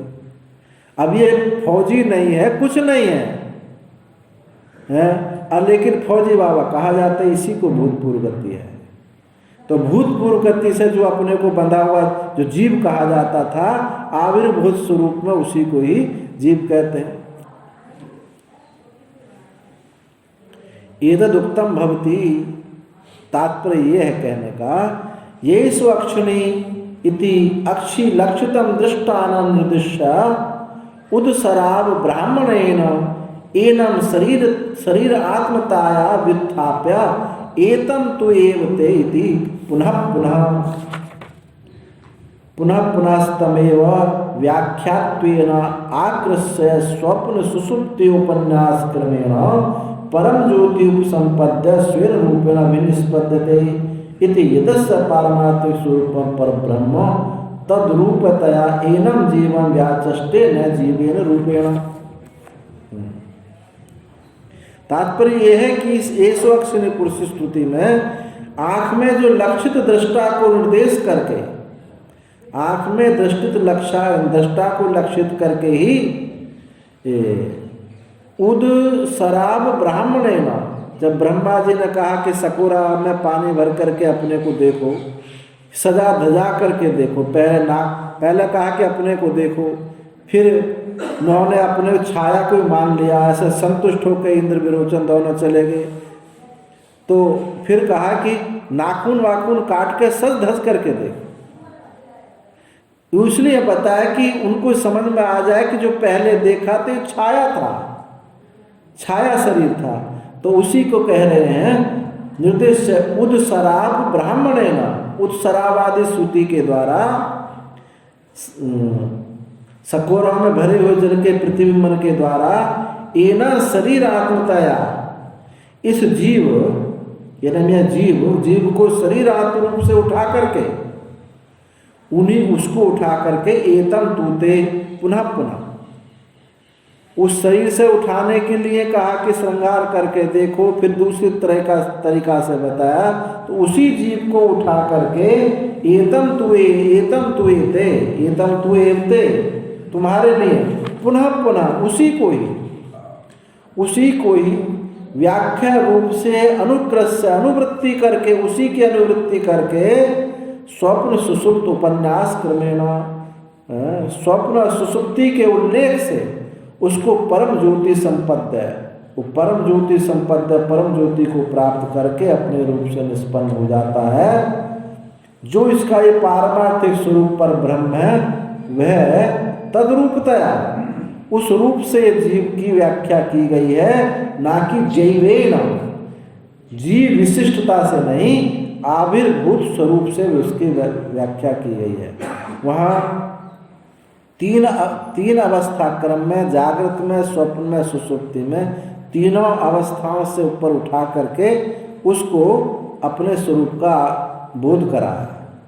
अब बोध है तो वही जो जागृत में अपने को बधा मानता, स्वप्न में मानता है तो वही, लेकिन शरीर के साथ तादात्म्य था, अवस्थाओं के साथ तादात्म्य था, इसलिए अपने को जीव मानता था। अवस्थाओं के साथ संबंध टूटने से वही ब्रह्म है।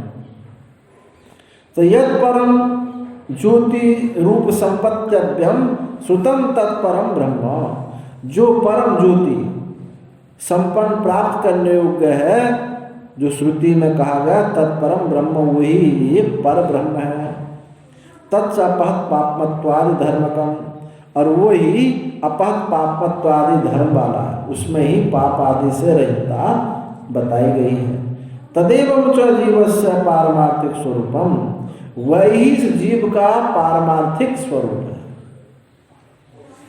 तत्त्वमसि इत्यादि शास्त्रेभ्य न इतर उपाधि कल्पितम, तत्त्वमसि आदि वाक्यों से, शास्त्र से यही जीव के पारमार्थिक स्वरूप को ही बताया। न इतर उपाधि कल्पितम, उपाधि से कल्पित को नहीं बताया गया है। यावदेव ही स्थाणुव पुरुष बुद्धि वैध लक्षण अविद्याम निवर्त्यन कूटस्थ नित्य दृक् स्वभात्मान अहम ब्रह्मास्मीति न प्रतिपद्यते तावत जीवस्य जीवत्वम। जैसे स्थाणु इव पुरुष बुद्धि, जैसे स्थाणु में पुरुष बुद्धि हो जाती है, तो द्वैत लक्षणा विद्या को निवृत्त करते हुए कूटस्थ नित्य दृष्टा स्वरूप, चेतन स्वरूप अपने को जानता है कि मैं ब्रह्म हूँ, ऐसा जब जानता है तो न प्रतिपद्यते तावत जीवस्य जीवत्वम, तो जीव का जीवत्व तब प्राप्त नहीं होता है, तब तो वो अहम ब्रह्मास्मि, मैं ब्रह्म, यही स्वरूप उसको प्राप्त होता है। यदा तो देहेन्द्रिय मनोबुद्धि संघात, किंतु जब देहेन्द्रिय बुद्धि मन के साथ संघात युत्थाप्य श्रुत्या प्रतिबोध्यते नासि त्वं देहेन्द्रिय मनोबुद्धि संघाता नासि संसार नापि संसारा किम तर्हि तद यत सत्यम से आत्मा चैतन्यमात् स्वरूप तत्त्वमसि इति। किंतु जब वो देहेन्द्रिय मनोबुद्धि संघात से उठा करके श्रुति के द्वारा प्रतिबोध करा करके, क्या बोध करा श्रुति ने? नासि त्वं देहेन्द्रिय मनोबुद्धि संघाता, देहेन्द्रिय मनोबुद्धि संघात वाले तुम नहीं हो, तुम नापि संसारी, ना ही तुम जन्मने मरने वाले हो। किम तर्हि, तो क्या हो कि वह जो सत्य है वह आत्मा है, चेतनमात्र स्वरूप ही तुम हो, तत्त्वमसि। इस वाक्य से ये बात बताई गई। तदा कूटस्थ नित्य दृक् स्वरूप आत्मानं प्रतिबुद्ध्य अस्मात् शरीर आदि अभिमानात् समुत्तिष्ठन् स एव कूटस्थ नित्य दृक् स्वरूपम आत्मान भवति। तब वो कूटस्थ नित्य दृष्टा स्वरूप आत्मा को जान करके इस शरीर अभिमान से उठ करके, शरीर आदि अभिमानात् समुत्तिष्ठन्, उठते हुए वहाँ ही कूटस्थ नित्य दृष्टा स्वरूप आत्मा है, ऐसा अपने को जानता है। स यो हा वै तत्परम ब्रह्म वेद ब्रह्मैव भवति, वह जो उस पर ब्रह्म को जानता है वो ब्रह्म ही होता है।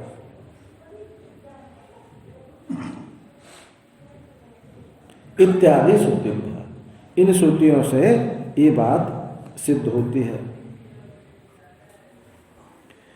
तदैव च अस्य पारमार्थिक स्वरूपम येन शरीरा समुत्थाय स्वयं रूपेण अभी निष्पद्यते, वही इसका पारमार्थिक स्वरूप है जो इस शरीर से उठ करके अपने स्वरूप में निष्पत्ति होती है, यही उसका पारमार्थिक स्वरूप है।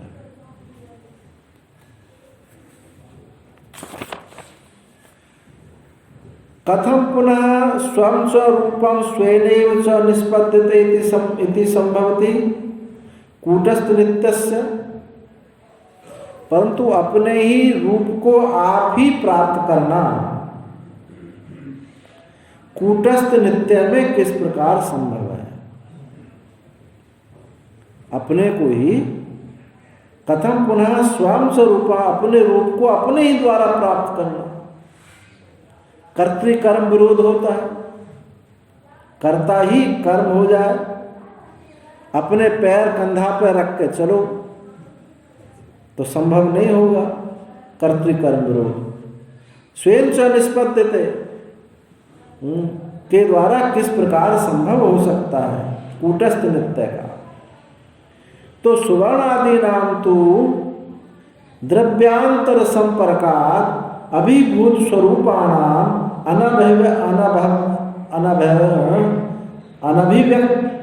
अनभिव्यक्त व्यक्त असाधारण विशेषाणाम क्षार प्रक्षेपादि भी शोध्यमानानाम स्वरूपेण अभिनिष्पद्यते स्यात्।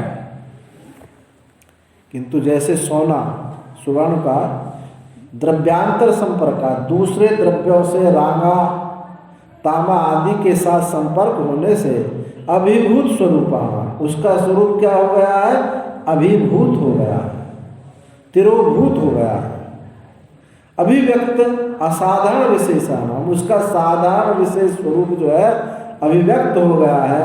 अब फिर कैसे होगा, क्षार प्रक्षेप आदि भी शोध्यमानानाम है, क्षार आदि के डालने से, तेजाब आदि के डालने से वो शोध्यमानानाम शुद्ध होता हुआ स्वरूपेण अभिनिष्पद्यति, अपने स्वरूप से निष्पन्न हो जाता है। ऐसे ही अपने से अपने की प्राप्ति हुई,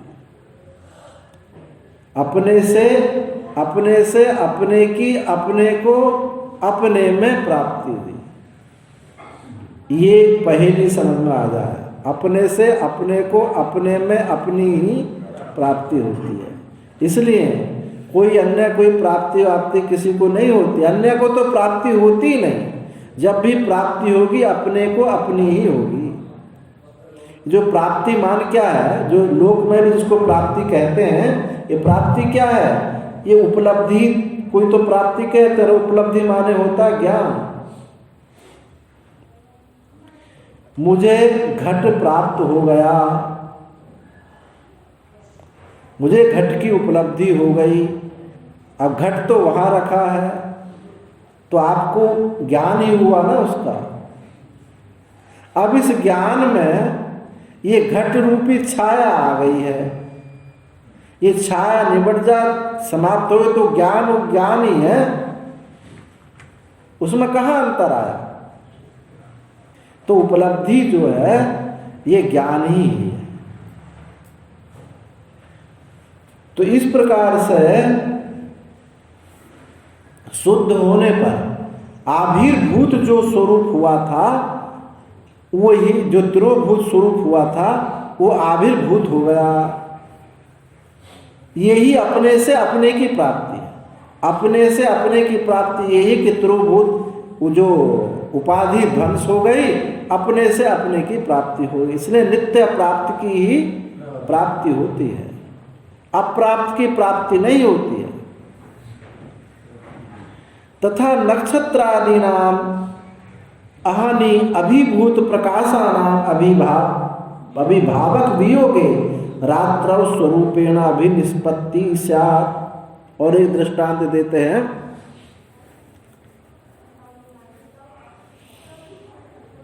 अब ये दृष्टांत पहले दृष्टांत से इसी में दो दृष्टांत क्यों देते हैं। पहला दृष्टांत था स्थूलता की दृष्टि से, और यहाँ दृष्टांत है किसी को ये शंका हो कि भाई तांबा सोना आदि तो स्थूल चीज़ है, तो सूक्ष्म दृष्टांत दे रहे हैं कि जीव तो ऐसा स्थूल है नहीं, इसलिए सूक्ष्म दृष्टांत भी दे रहे हैं कि नक्षत्र आदियों का हानि अभिभूत प्रकाश आना। जो नक्षत्र है, रात को तारे निकलते हैं, ये दिन में सूर्य के प्रकाश से अभिभूत हो जाते हैं। अभिभावक वियोगे, और इनका अभिभावक वियोग यानी रात दिन के हट जाने पर रात्रि में स्वरूपेण अभिनिष्पत्ति से स्वरूप में अपने स्वरूप को ये प्राप्त हो जाते हैं। जो इनको अभिभक्त करने वाला जो सूर्य का प्रकाश था ये लुप्त हुआ, रात्रि में निष्पन्न हो जाते हैं। तो इस दृष्टांत से पहले दृष्टांत में ये भिन्नता है, यहाँ स्थूलता नहीं है। ये ज्ञान अज्ञान से, अज्ञान भी कोई स्थूल वस्तु नहीं है। अज्ञान से जो तिरोभूत हुआ था, ज्ञान से वही आविर्भूत हुआ। इस दृष्टि से ज्ञान सदृश प्रकाश की दृष्टि से दूसरा दृष्टांत ये दिया भाष्यकार। न तो तथा आत्मत्व चैतन्य ज्योतिषो नित्य केंचित अविभव संभवति असंसर्गित्वाद व्योम न इव। न तो आत्म चैतन्य ज्योति का, नित्य आत्म चैतन्य ज्योति का केंचित किसी से अविभव संभव नहीं है। क्यों नहीं है? असंसर्गित्वाद, असंसर्गी होने के कारण जहाँ जहाँ असंसर्ग है तहाँ तहाँ वो व्यापक है। असंसर्गी होने से व्योमिव, आकाश की तरह वो असंसर्गी है, संसर्ग नहीं है। दृष्टि विरोधाच, दृष्टि विरोधात, क्योंकि प्रत्यक्ष का इसके साथ विरोध है। दृष्टि श्रुति मति विज्ञातयो ही जीवस्य स्वरूपम। दृष्टि श्रुति मति विज्ञाति ये जीव का स्वरूप है। यानी दर्शन श्रवण मनन विज्ञान, विज्ञान जो है ये जीव के स्वरूप है। कहते हैं देखता है, सुनता है, जानता है, तो जीव है, जीव के स्वरूप है। तच्च शरीरात् समुत्थितस्यापि जीवस्य सदा निष्पन्नमेव दृश्यते। जो शरीरात् असमुत्थितस्य, जो शरीर से असमुत्थित, जो उठा हुआ नहीं, अर्थात शरीर अभिमानी है। शरीर अभिमानी नित्य, शरीर अभिमानी का भी नित्य सदा निष्पन्न दृश्यते देखा जाता है। अभी ये जो कहा कि शरीर अभिमानी जीव में भी ये सदा देखे जाते हैं। क्या देखना, सुनना, जानना। सर्वो ही जीव पश्चन्न श्रवण मनमाना विज्ञान व्यवहारती अन्यथा व्यवहार अनुपत्ते।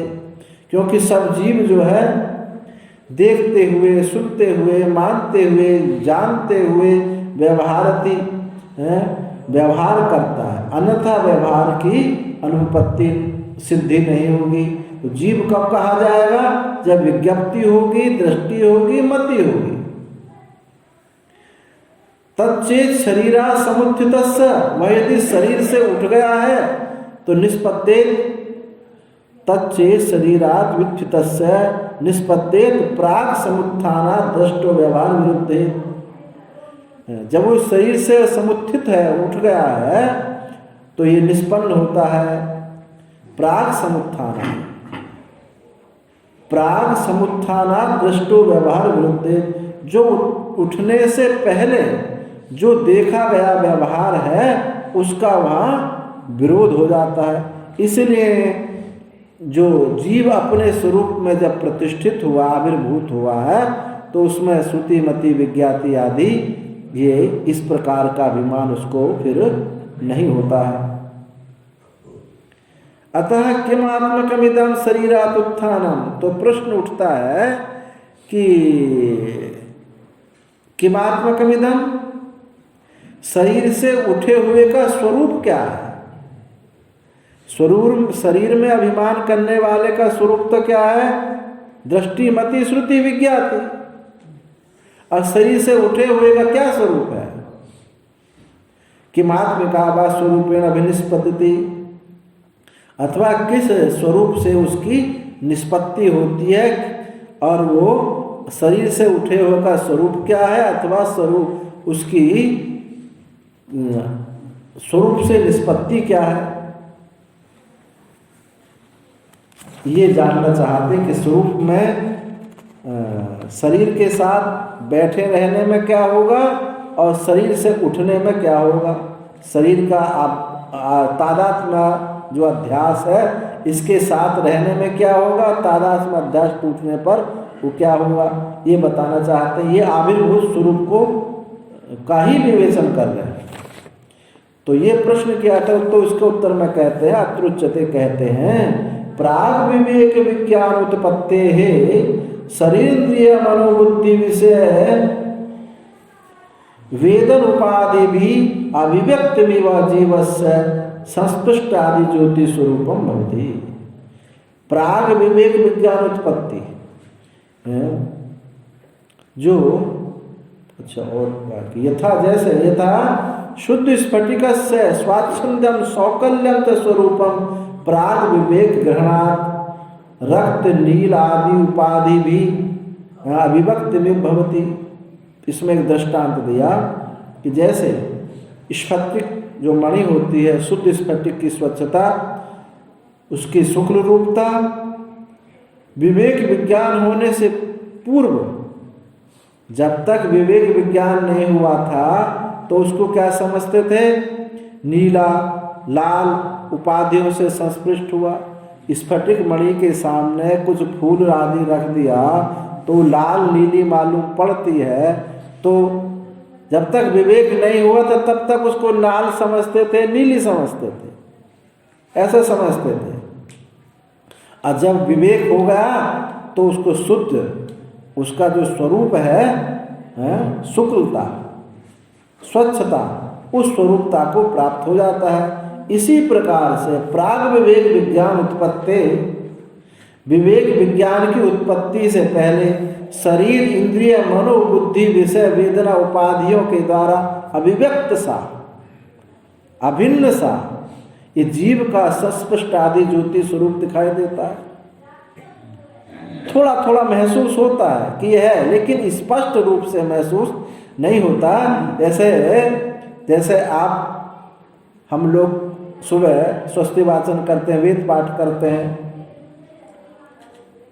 दूर में कोई बैठा हुआ ये कहे कि ये तो स्वामी योगानंद जी की आवाज़ है, पर यही स्वामी योगानंद जी की आवाज़ है ऐसा नहीं कह पाता। सम व्यवहार उच्चारण होने की वजह से बाहर बैठे हुए कह कि स्वामी योगानंद जी पाठ कर रहे हैं, परंतु योगानंद ही कर रहे हैं ऐसा नहीं कहा जा सकता, क्योंकि उसका उस आवाज का जो उच्चारण है उसके और आवाजों के साथ मिला हुआ है। जब और आवाजें हट जाएंगी तब यहाँ यही है ऐसा कहा जाता है। ऐसे ही शरीर इंद्रिय मनोबुद्धि विषय वेद उपाधियों के साथ अभिव्यक्त सा मिला हुआ सा, वहां भी मैं हूं ये तो कहता है, पर मैं ही हूं, अन्य का अत्यंत अभाव है, मिथ्या है कल्पित ये नहीं कह सकता है। अभिव्यक्त सा जीव संस्पृष्ट आदि ज्योति स्वरूप, उसकी ज्योति संयुक्त सी मालूम पड़ती है देह के साथ, मन के साथ, बुद्धि के साथ। और जब वो शरीर आदि उपाधियों से छूट जाता है तो वो स्वयं प्रकाश, स्वयं ज्योति रूप से निष्पन्न हो जाता है। प्राण प्रमाण जनित विवेक ग्रहणात्तु पराचीन स्फटिक स्वाच्छेन सौकल्येन च स्वेन रूपेण अभिनिष्पद्यते उच्यते। प्रमाण जनित, किसी ने बताया कि ये प्रमाण जनित विवेक ग्रहण होने से पराचीन जो पहले स्फटिक थी, स्वच्छ शुक्लता उसकी उसी रूप से जैसे निष्पन्न हो जाती है। इति उच्यते प्रागपि तथैव सन, पहले भी वह ऐसा ही था, पहले भी वो ऐसा ही था और विवेक विज्ञान होने पर भी वो ऐसा ही है। उसी प्रकार से देहादि उपाधि विविक्त सेव सतो जीवस्य श्रुति कृतम विवेक विज्ञानम शरीरा समुत्थानम, उसी वैसे ही देहादि उपाधि अविविक्त, देहादि उपाधि से जो विविक्त नहीं है, अलग नहीं है, उसी का, उस सतजीव का श्रुतिकृत विवेक विज्ञान, श्रुति ने जो बताया कि तू ब्रह्म है, ऐसा विवेक विज्ञान होने पर, शरीर से उठ जाने पर, शरीर तादात्म्य अध्यास टूट जाने पर विवेक विज्ञान फलम स्वरूपेण भी निष्पद्यति, केवल आत्मस्वरूपावगति, स्वरूप अवगति, विवेक विज्ञान फल रूप स्वरूप से अभिनिष्पत्ति जो है केवल आत्मस्वरूप की अवगति ही होती है। तथा विवेक मात्रेणैव आत्मनो अशरीरत्वं सशरीरत्वं च मंत्रवर्णा। विवेक और विवेक के होने से और विवेक के ना होने से, विवेक होने से वो अशरीरी है और विवेक ना होने पर वही सशरीरी है। मंत्र वर्ण से भी ये कहा जाता है अशरीरम शरीरेषु, वो शरीरों में भी अशरीर है। शरीरस्थोपि कौन्ते न करोति न लिप्यते, शरीरस्थोपि कौन्ते है, कौन्ते शरीर में स्थित हुआ भी न वो करता है और न वो लिप्त होता है। इति च सशरीरत्व अशरीरत्व विशेष अभाव स्मरणात्, सशरीरत्व अशरीरत्व विशेष अभाव का स्मरण होता है। तस्मात् विवेक विज्ञान अभावात् विवेक विज्ञान अभावात् अनविर्भूत स्वरूपः सन् विवेक विज्ञानात् आविर्भूत स्वरूपः, स्वरूप इति उच्यते। विवेक विज्ञान के अभाव होने से उत्तरोभूत स्वरूप है और होता हुआ विवेक विज्ञान के हो जाने से वही आविर्भूत स्वरूप है। तथा अन्य तो अन्य दृशौ आविर्भाव अनाविर्भाव स्वरूपस्य संभवतः स्वरूपत्वादेव, किंतु अन्य प्रकार से अन्यादृशौ अन्य प्रकार से आविर्भाव तिरोभाव स्वरूप संभव नहीं है, अन्य प्रकार से उसके आविर्भाव तिरोभाव स्वरूप संभव नहीं है। स्वरूपत्वादेव, क्योंकि स्वरूप होने से ही। एवं मिथ्या ज्ञान कृत एव जीव परमेश्वरो भेद न वस्तुकृतः, इसलिए मिथ्या ज्ञान कृत ही जीव परमेश्वर का भेद है, न वस्तुकृत भेद नहीं। व्योमवद असंगित्व अविशेषा, आकाश के समान वह असंगी है, उसमें कोई विशेषता नहीं है। कुतश्च एतदेवं प्रतिपत्तव्यम, यह इस प्रकार प्राप्त करने योग्य है। कैसे है, कैसे प्राप्त करने योग्य है? तो ये तो या एषु अक्षिणी पुरुषो दृश्यते इति उपदेश्य एतद अमृतम अभयम एतद ब्रह्म इति उपदिश्यते, क्योंकि इस श्रुति में ये सुअक्षिणी पुरुष जो आँख में पुरुष दिखाई देता है, ऐसा उपदेश करके यह इसी को कहा कि वह अमृत है और अभय है, यह ब्रह्म है, ऐसा उपदेश किया। इसी वाक्य ये जो एतद अमृतम अभयम, यही वाक्य से ही छाया पुरुष की निवृत्ति हुई, क्योंकि छाया अमृत नहीं हो सकती, अभय नहीं हो सकता, जीव की जीवत्व की निवृत्ति हुई। यही वाक्य, इसी वाक्य ने इंद्र को विचार करने के लिए मजबूर कर दिया।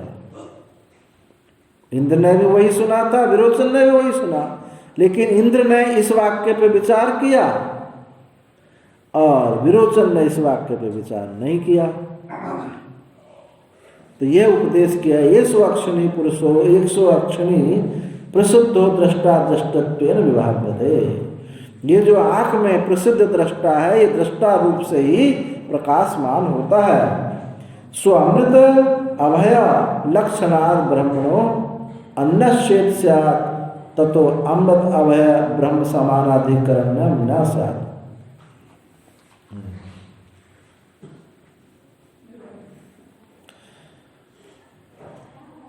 वह सो अमृत अभय लक्षण ब्रह्म से अन्य यदि होगा, ब्रह्म से ये लक्षण अलग होंगे, अमृत अभय लक्षण अन्य होगा, ततो अमृत अभय ब्रह्म सामानाधिकरण से, तो अमृत अभय और ब्रह्म ये सामानाधिकरण में नहीं होंगे। यदि ब्रह्म से अमृत अभय दोनों ये अलग भिन्न होंगे तो फिर सामानाधिकरण नहीं होगा। अन्नापि प्रतिच्छायात्मा अयम अक्षि लक्षितो दृश्यते, और सामानाधिकरण नहीं होगा। उसी प्रकार आंख में जो लक्षित छायात्मा का भी निर्देश नहीं हो सकेगा, वो भी लक्षित नहीं हो सकता। प्रजापते मृषावादित्व प्रसंगात, और क्या बात होगी कि प्रजापति मिथ्यावादी हैं, ये भी बात सिद्ध हो जाएगी कि प्रजापति ने झूठ बोला है कि ये जो आंख में जो पुरुष दिखाई देता है, वहाँ क्या हुआ था इस आख्यायिका में। इंद्र ने जो इससे पूर्व वाक्य तो यहाँ तो दिया नहीं जाएगी पूरी आख्यायिका, वहाँ जो ब्रह्मा जी ने वाक्य बोला था, ऐसा जो जानता है वो समस्त कामनाओं को प्राप्त कर लेता है, ये ब्रह्मा जी ने कहा था प्रजापति कि जो ये आंख में इस पुरुष को जानता है वो अमृत है, अभय है, ऐसा जो जानता है समस्त कामनाओं को प्राप्त कर लेता है। कामना के लोभ से इंद्र विरोचन गए, ब्रह्मा जी के पास गए थे कि हमको समस्त कामना प्राप्त हो जाएंगी, वहाँ चक्कर में फंस गए, क्योंकि समस्त कामना प्राप्त होना, आप्त काम होना और समस्त कामना की प्राप्ति होनी, ये दोनों दो बात है नहीं। जिस एक साथ समस्त कामनाओं की प्राप्ति होने का मतलब है वो निष्काम। अलग अलग किसको देखेगा, कोई देख सकता है? अलग अलग उसको दिखाई नहीं पड़ेगा। अब इस वाक्य को समझ करके ब्रह्मा जी ये गए वहाँ ब्रह्मा जी के पास, तो गए थे तो कामना से, लेकिन वहाँ उपदेश इस प्रकार का प्राप्त हुआ और ब्रह्मचर्य का पालन किया 108 वर्ष, तो थोड़ी बहुत जो मल थी, अशुद्धि थी, विचार करने में जो असमर्थता थी, वो ब्रह्मचर्य का पालन करने से, गुरु जी के सन्निधि में रहने से, सेवा करने से, संध्या वंदन आदि करने से निवृत्त हो गया। और फिर वो बुद्धि जब चमकी तो यहाँ ब्रह्म विचार ये वाक्य, अमृत अभय जो वाक्य है, इस पर विचार करने से वो मुक्त हो गया। तो गए तो थे लोभ से दोनों।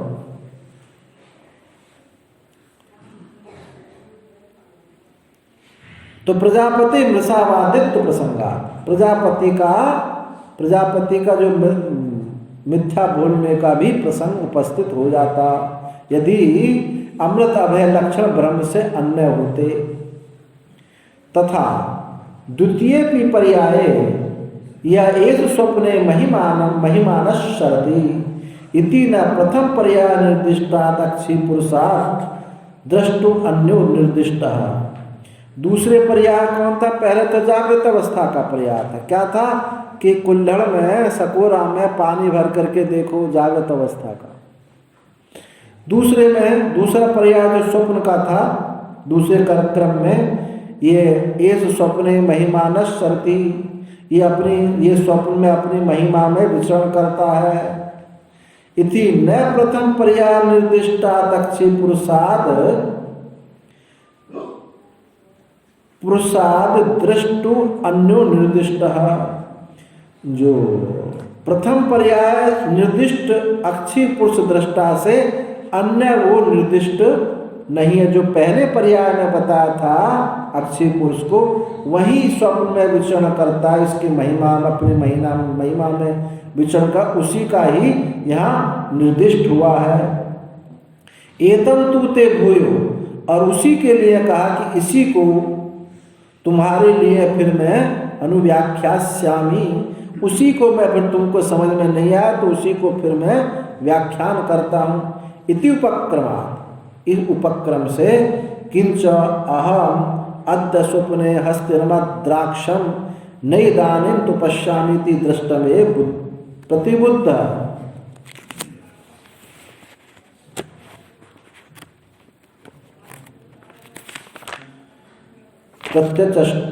प्रत्याचष्टे,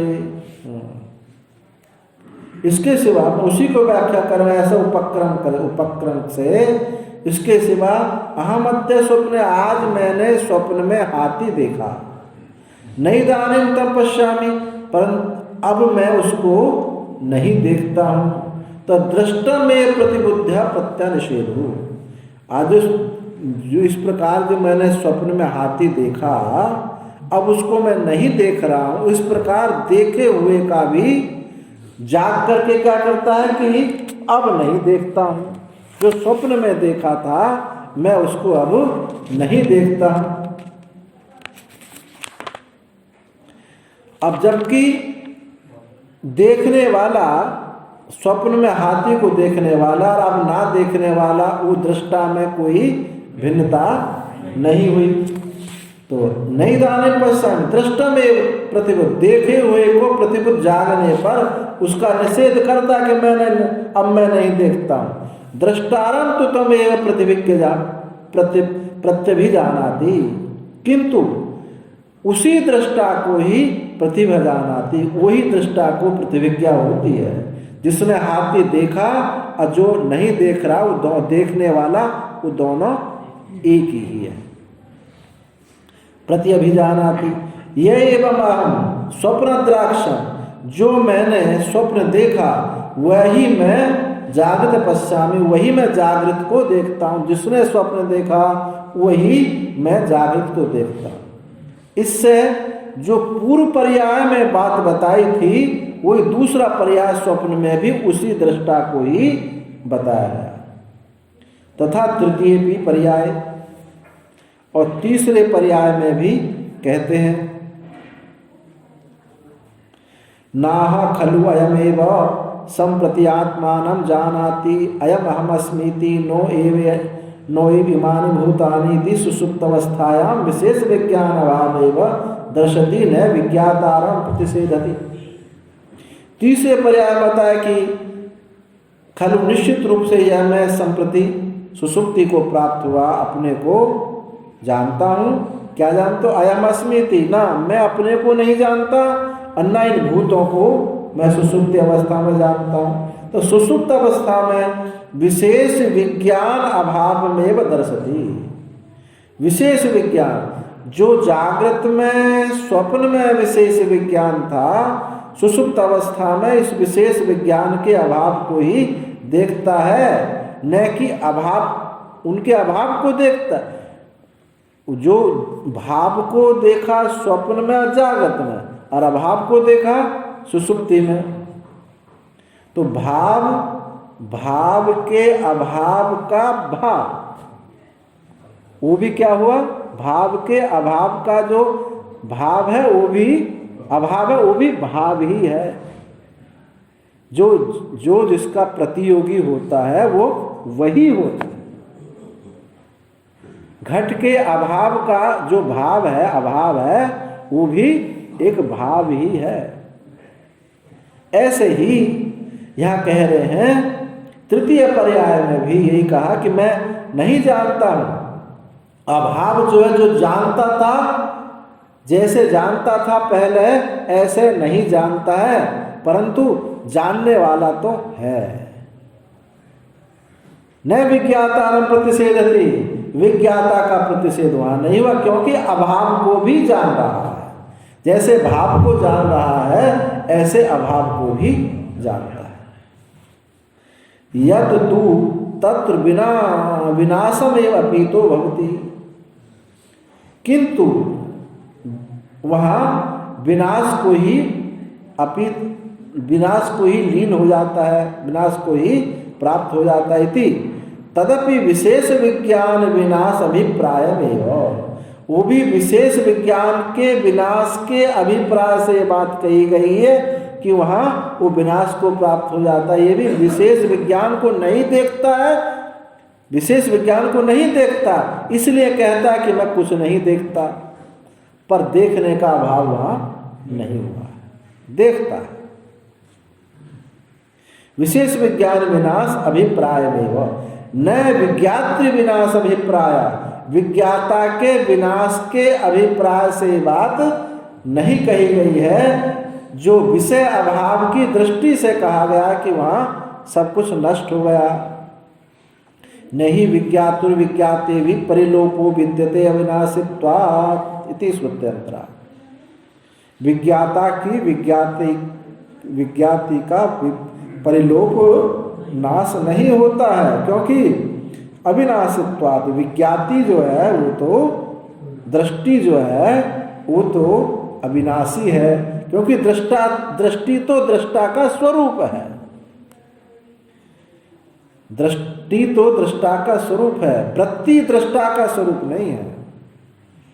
वृत्ति और दृष्टि तो दृष्टा से कभी भिन्न हो नहीं सकती। अब वृत्ति में, क्योंकि वृत्ति का लक्षण है कि वो शास्त्रीय होती है, सा विषया होती है। उसके पेट में कुछ होता है, किसी के बारे में होती है और किसी की होती है। जो वृत्ति होती है किसी की होती है और किसी के बारे में होती है। वो गर्भवती है, यदि ये किसका निवृत्त हो जाए, विषय वहां निवृत्त हो जाए, तो वृत्ति ही वो दृष्टि है। वृत्ति दृष्टि में जब नाम का रूप का जब आरोप आ जाता है तो दृष्टि ही वृत्ति हो जाती है। अब जैसे ये हाथ है, आपके हाथ में दर्द हो रहा है, अब हाथ में दर्द हो रहा, हाथ और दर्द ये हट जाए तो जो हो दर्द, जिसको कहें दर्द हो रहा है, वो ही आपका स्वरूप होगा। जो मालूम पड़ रहा है, मालूम पड़ा ना, हाथ मालूम पड़ रहा है और दर्द मालूम पड़ रहा है। इस मालूम पड़ने में हाथ अलग हट जाए और दर्द अलग हट जाए, पीड़ा अलग हट जाए, तो एक मालूम पड़ना क्या होगा, आपका स्वरूप होगा। ऐसे ही ये तो एक दृष्टांत से मैंने बताई। दृष्टि में जब नाम रूप की इच्छा आती तो ये वृत्ति हो जाती है। चतुर्थे भी पर्याय, चौथे पर्याय में भी एतम तु एव ते भूयो अनुव्याख्यास्यामि नो एव अन्यत्र एतस्मात् इति उपक्रम्य मघवन मर्त्यवा इदं शरीरम इत्यादिना प्रपंचेन शरीरादि उपाधि संबंध प्रत्याख्येन संप्रसाद शब्दोदितम जीवम स्वेन स्वरूपेण अभिनिष्पद्यते। हाँ, चौथे पर्याय में भी कहा कि मैं इसको तुम्हारे लिए फिर व्याख्या करूंगा। तो नो एव अन्यत्र एतस्मात्, इससे अन्यत्र की व्याख्या नहीं करूंगा, इसी की ही व्याख्या करूंगा। ऐसा उपक्रम करके मघवन, हे मघवन, मर्त्यम वाइदम शरीरम, ये शरीर जो है मर्त्य है, इत्यादि प्रपंच इत्यादि के विस्तार से शरीर आदि उपाधि संबंध प्रत्याख्यानेन, इस शरीर आदि उपाधि के संबंध के निराकरण करने से संप्रसाद अशब्दोदितम, उस संप्रसाद से अशब्दोदित जीव को अपने स्वरूप से निष्पत्ति होती है, अपने स्वरूप की प्राप्ति होती है।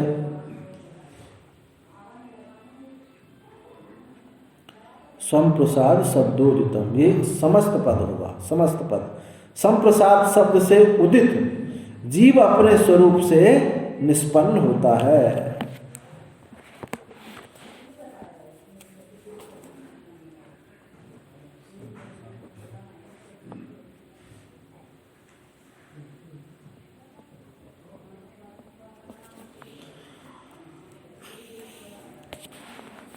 इति ब्रह्म स्वरूपापन्नम दर्शन परस्माद ब्रह्मणो अमृत अभय स्वरूपादन्नम जीवम दर्शति। ये ब्रह्म स्वरूपापन्न देखते हुए न परस्माद ब्रह्म, उस पर ब्रह्म से अमृत अभय स्वरूपादि अन्य जीव के नहीं हो सकते। तो जो ये है स्वरूप, आप अपने स्वरूप में जो स्थिति है वो अमृत अभय रूप पर ब्रह्म से जीव अन्य नहीं है, वो जीव का ही वो स्वरूप है, ऐसा इससे दिखाते हैं।